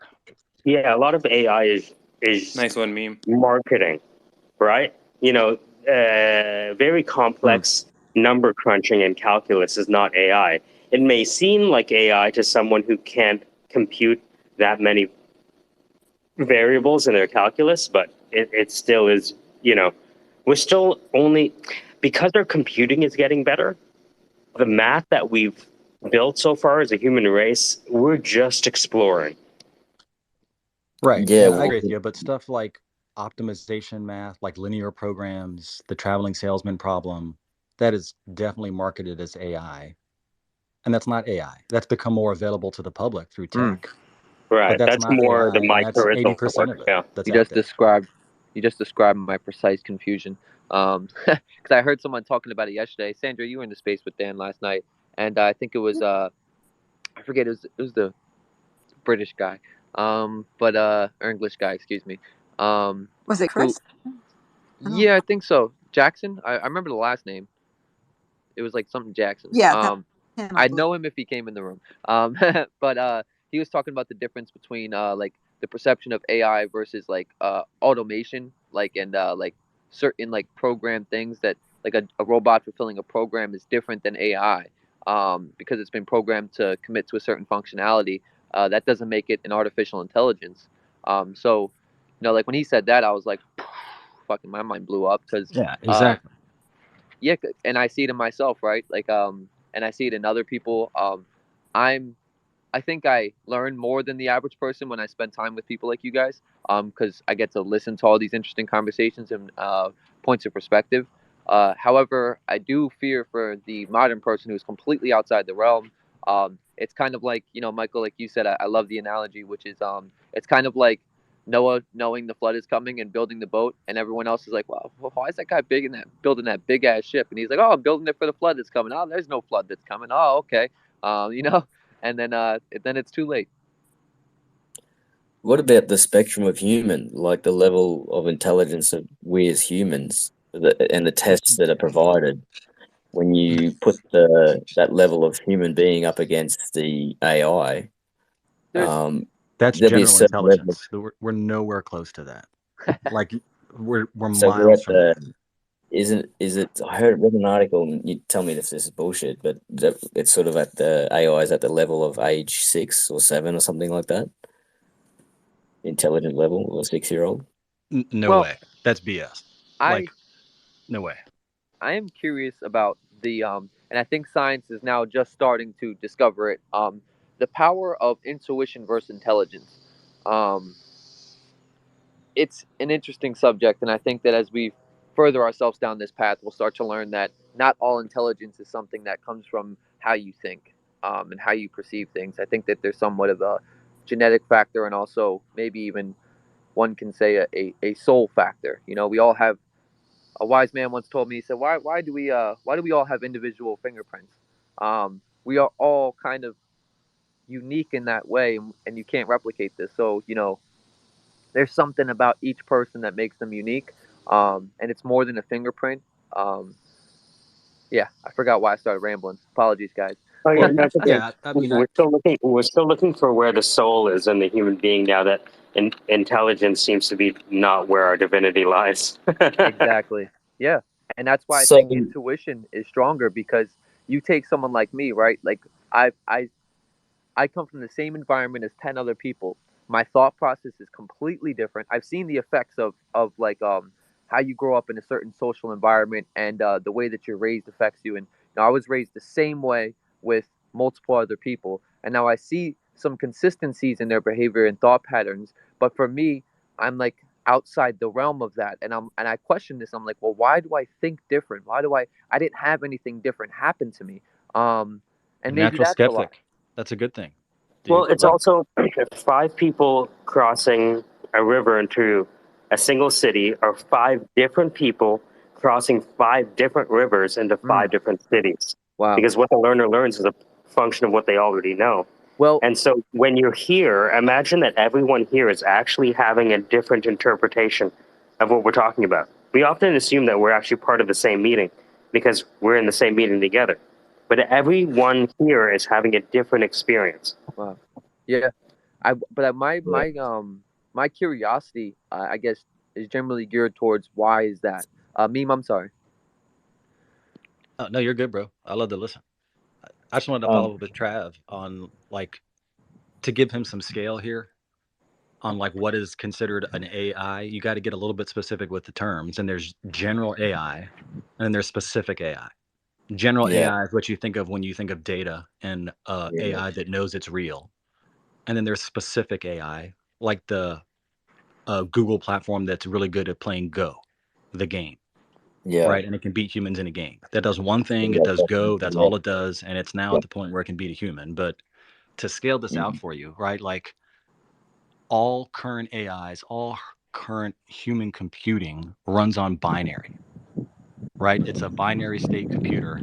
If you had a computer that was approaching the speed of light, like 1 trillion transistors, and you tried to land a sparrow on a branch with it, it would take you 1 billion years to run that calculation. AI is not going to get to the general level until we can handle more than just binary computing. Like that's the scale of what you're dealing with. Now, fuck this, man. I'm going to school Yeah. for programming and coding now. So, Just the It's a good, sparrow that's a good landing on thing a to branch. tackle. There you go. That takes, but I tell you. do you have to go to school, Kappa? That's the thing these days. Isn't there something like this where you can just plug in and away you go with it? Like I've been hearing about on some of these spaces with programmers, they go, fuck all this shit, go to this other one. You can get in and start being productive with it within, a matter of hours and then work back from there. I can't remember the name of the program, software program. Anyway, but Mimi, meme, sorry. There's something that I've been sort of journeying through, and I've only been on Spaces, I think, for about 3 or 4 months now, and learning all this stuff. So I'm proper noob. But I came across, and I was talking to you about this. I came across this 21e8 .com, and I'm not sure if I've spoken about it on this space before, but I think people might be able to help me.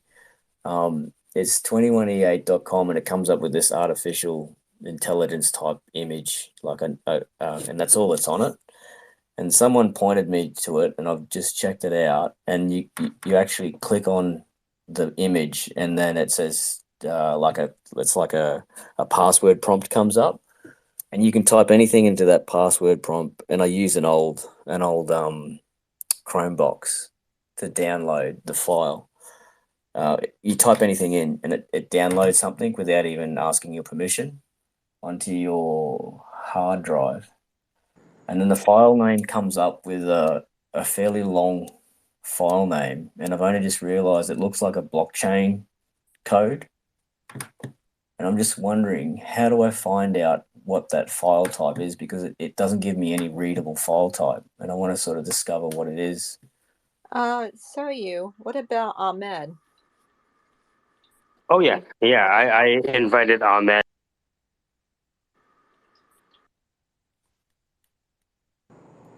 Ahmed is technology Jesus. But every time you download on the website, it gives you a different file name, and it almost looks like a blockchain type of file name. But anyway, that's where I'm at with it. What type of file name I'm is it? fucking lost. You're speaking a different language to me, brother. When it comes to like AGI, that might be far off. What I see people doing though is creating a tool chain of specific AIs towards a specific end. So they might use, like for example, I used Dolly, the Google Colab notebook, to create images, right? And that was one AI. And then I used you won't even call it AI, maybe some would, to upscale the image, right? Oh yeah, And then right. Yeah. so I take the image created by Dolly, I upscale it so it looks nice, and then I use another platform, Spatial, which is not AI, it's just ability to have a quickly put together immersive space, right? And I took all of the where is it?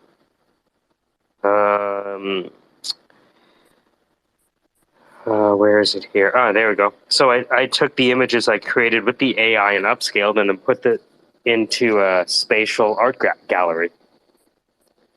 Right? So what's interesting is we don't have AGI, but what we're doing as humans is taking, it's almost like having tools in a tool belt, right? So you want to make a table and you have this big redwood and you use a lathe to do some of the work and you do, right, a sandpaper to do some of the work. And I see that's how people, at least in this room, are using AI is they're composing the functions together to do something greater. That's really cool. That's being resourceful and using it as a tool, like Cap was saying. Michael, are you familiar with any like you said Casey was using? I know, I'm confused. Somebody was using an AI to kind of assist in the composition of threads and stuff like that. Is that what you had mentioned? I mean, you can use it for anything, right? It's just, what do you want to do? So if you told me something you were working on, I would be able to probably tell you an AI that you didn't have hard to do something that would help. Okay. You want to make art, go to Wombo. You want to get some insight on writing copy, go to Luther, right? So Yeah, I've got I a went with question. the. Sorry, Sorry, Trav. Kappa. No, You you go, go ahead, Kappa. Trav. No. It's your. we're having a Canadian standoff here. It's No, okay. no. So we'll let Venus break the standoff. Hey, Venus, how's it going? Yeah. Hey, I was actually it's actually kind of coincidental that I ended up in here because I was looking for somebody who's into robotics. Do you know where I could find somebody? This whole room. Buddy, Um, it depends what you want to do. Invariably, when you talk about robotics, there are people that we know that are available. It just, what would you want them for? so I thought I would start off slow. I wanted to build a robot. So I thought I'd start off slow and I got it's a toy kit for a solar robot. And it's graded for ages 8 and up. And I think they're anticipating that Sheldon Miller is going to be the 8-year-old that is going to put this thing together. Because it came with a 75-page manual, and none of the pieces, over 1,000 pieces, by Yeah. the way, none of them are sorted. What's the name of They're the sorted. kit called? I'm sorry, what? What's the name of the kit that you got? Hang on a second. It's The by solar robot STEM. kit. What is it called?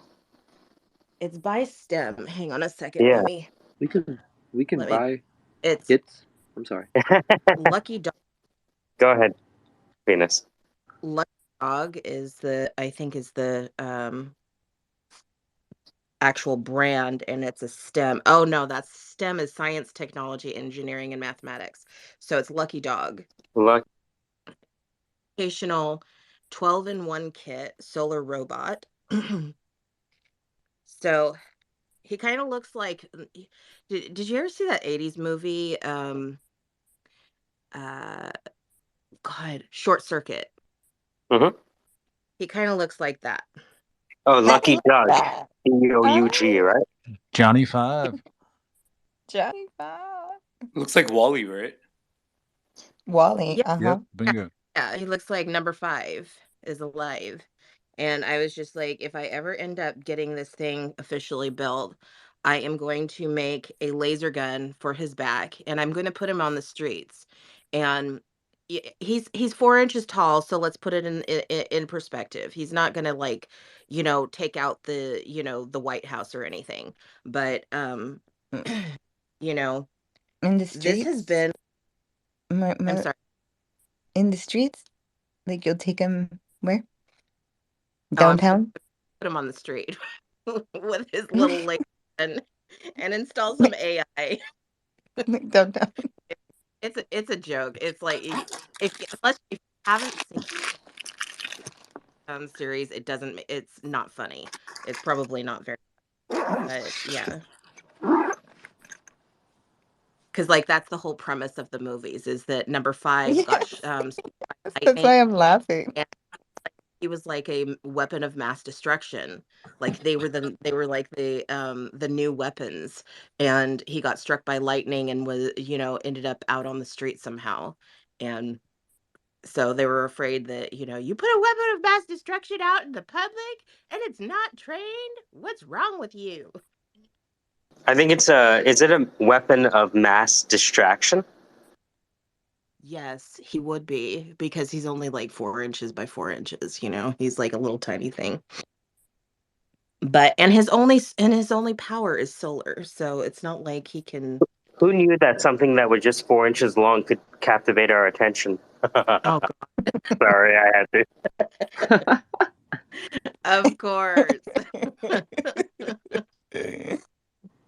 Oh man. Something so tiny could be so important. Whoa, 4 inches is tiny. Absolutely. It can blow 4 inch your hot dogs. mind. That's a challenge. It'll blow your Four mind. inches. 4 inches is tiny. Yeah. Oh man. No. See what you did, Michael. Usually I YouTube. I go for YouTube and type the product name and go from there. See if anyone else has built it step by step by video. The University Sorry, of YouTube. by the way, I clipped that. Whoa, 4 inches is tiny by Kappa Crocs. Damn, man, you're doing him dirty. Shit. Nah, So he's not doing me dirty. Look, I'm just Especially trying to because, get followers. hey, listen, Bilal, I if wish I had your confidence, man. if someone says you have blue hair and you don't have blue hair, it doesn't mean much. Joe, Venus. you're a spiritual scammer, Kappa. Venus. You say you're not a programmer. You say you got to go to school, bro. You're programming hardcore all day. I know it. I love you, Bilal, man. Me too. I love you. I was thinking about last night when I first met you in that random space, and you were like, "Dude, why don't we combine forces?" Back when I was still using the NFT project, it was just a little random, I know, but Yeah, that's kind of what I'm doing. Like, I mean, I'm trying to find like institutional people instead of like consumers to, get our NFT. But it's just a trading tool. That's it. oh yeah, Yeah. Melody was trying to say something. Yeah, I was just looking at your profile, Venus, because this robot thing attracted me. Because I'm like, not a lot of people have robots going around. But if you live in the Bay, you see robots Oh walking yeah, about. we have Do you a have lot of the our fast food is yeah, robotic. I was just gonna ask you, do you have the four-wheeled or the little tanks? Go Those No, ahead, are Greg. we have. Oh, you're talking about the delivery guys, uh, the little robotic well, delivery people. yeah, Those are in San Francisco. I've seen them before, yeah. um, but I've never actually used one, so I don't know what it's like. But I know, like, if you go into the Bay, they apparently have Mm-hmm. an Amazon store Mm-hmm. there, and you just They like use them walk in in. hotels. Yeah. Yeah, dude. They're starting to use them everywhere. Like around here, was like here. Yeah. But I was wondering if Right. over there in Stockton, I saw that you're in Stockton. I'm gonna follow you. I saw Oh, that you were okay. in Stockton, and then I saw that you have a speakeasy. What? I want to go there. Oh, Speakeasy. I was a beta tester for them for a while. Um, yeah. Oh, it's not a I thought you owned speakeasy. like a drinking place. Yeah, yeah, yeah. It's not. I'm like, Oh no, dude, I'm no, gonna no, go no. this weekend. It's an Today's app. It was Saturday. an app. Oh, So got it, got it. Okay. yeah. Go ahead, Trap. Wait, what do you Sorry, What that was was an that? accident. what are you Oh, gonna do no with your worries. robot? I'm sorry, say that again. What are you gonna do with your robot other than like go around? Like, do you want to Well, learn like commands or? the the law, the end game is I really want to build like a life-size one and possibly equip it with AI of some kind. But I haven't even gotten started. It's really hard to talk to people about AI. And especially it's so freaking weird, man, because you start talking to them about AI in relation to robotics, and I swear people go crazy. It's like I have been hung up on. I've gone down here because we have like the the production plants are here, and the R&D plants are right here. So I went to UOP, University of the Pacific, and talked to their robotics department. I got hung up on as soon as I started trying to talk to them about AI in relation to robotics. Like I tried to put a programmer in the same room with a robotics tech. They're fine as long as you don't put the two together. Like you can What? talk about Yeah, those robotics. two fields are worlds apart. Well, you can talk about robotics and you can talk about AI, but you cannot talk about them jointly. And it's like, why? I don't get it. I don't The understand why they technology shut is that not down. advanced enough in AI. AI is not that advanced. Like robotics has got a big lead. Robotics is improving, but it's going to be, again, just my personal opinion, decades before you see a fusion of those two fields. Automation, like you were saying, Cap, that's different. There's a lot of stuff you can automate through robotics, but that doesn't necessarily need an AI. Right. Mm. Yeah, I think I think when and I'm sorry. Is he You're cutting in breaking and up, out for? Okay.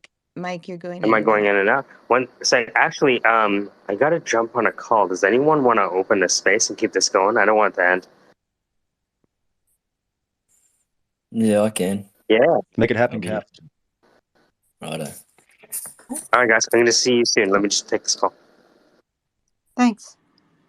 Bye. Bye. Bye. You gotta give the high voice, Kappa. Bye. Bye. Higher range. Fuck, bro. My neighbor's gonna come outside and We look at need me like like I'm 2 octaves crazy. higher. Bye. That was good. That was good. Let's hear your bye below. Hasta buen Bye. dia. See, there you go. Okay. Who's opening the space? I have no idea. I think Sandra. Well, I am assuming Sandra. I think Sandra. Or me. Scientists are opening up the space inside space. Scientists Oh, are opening. Oh man. let's end it on You just that. That's punched me. amazing. Kappa just freaking. Fuck, man. I just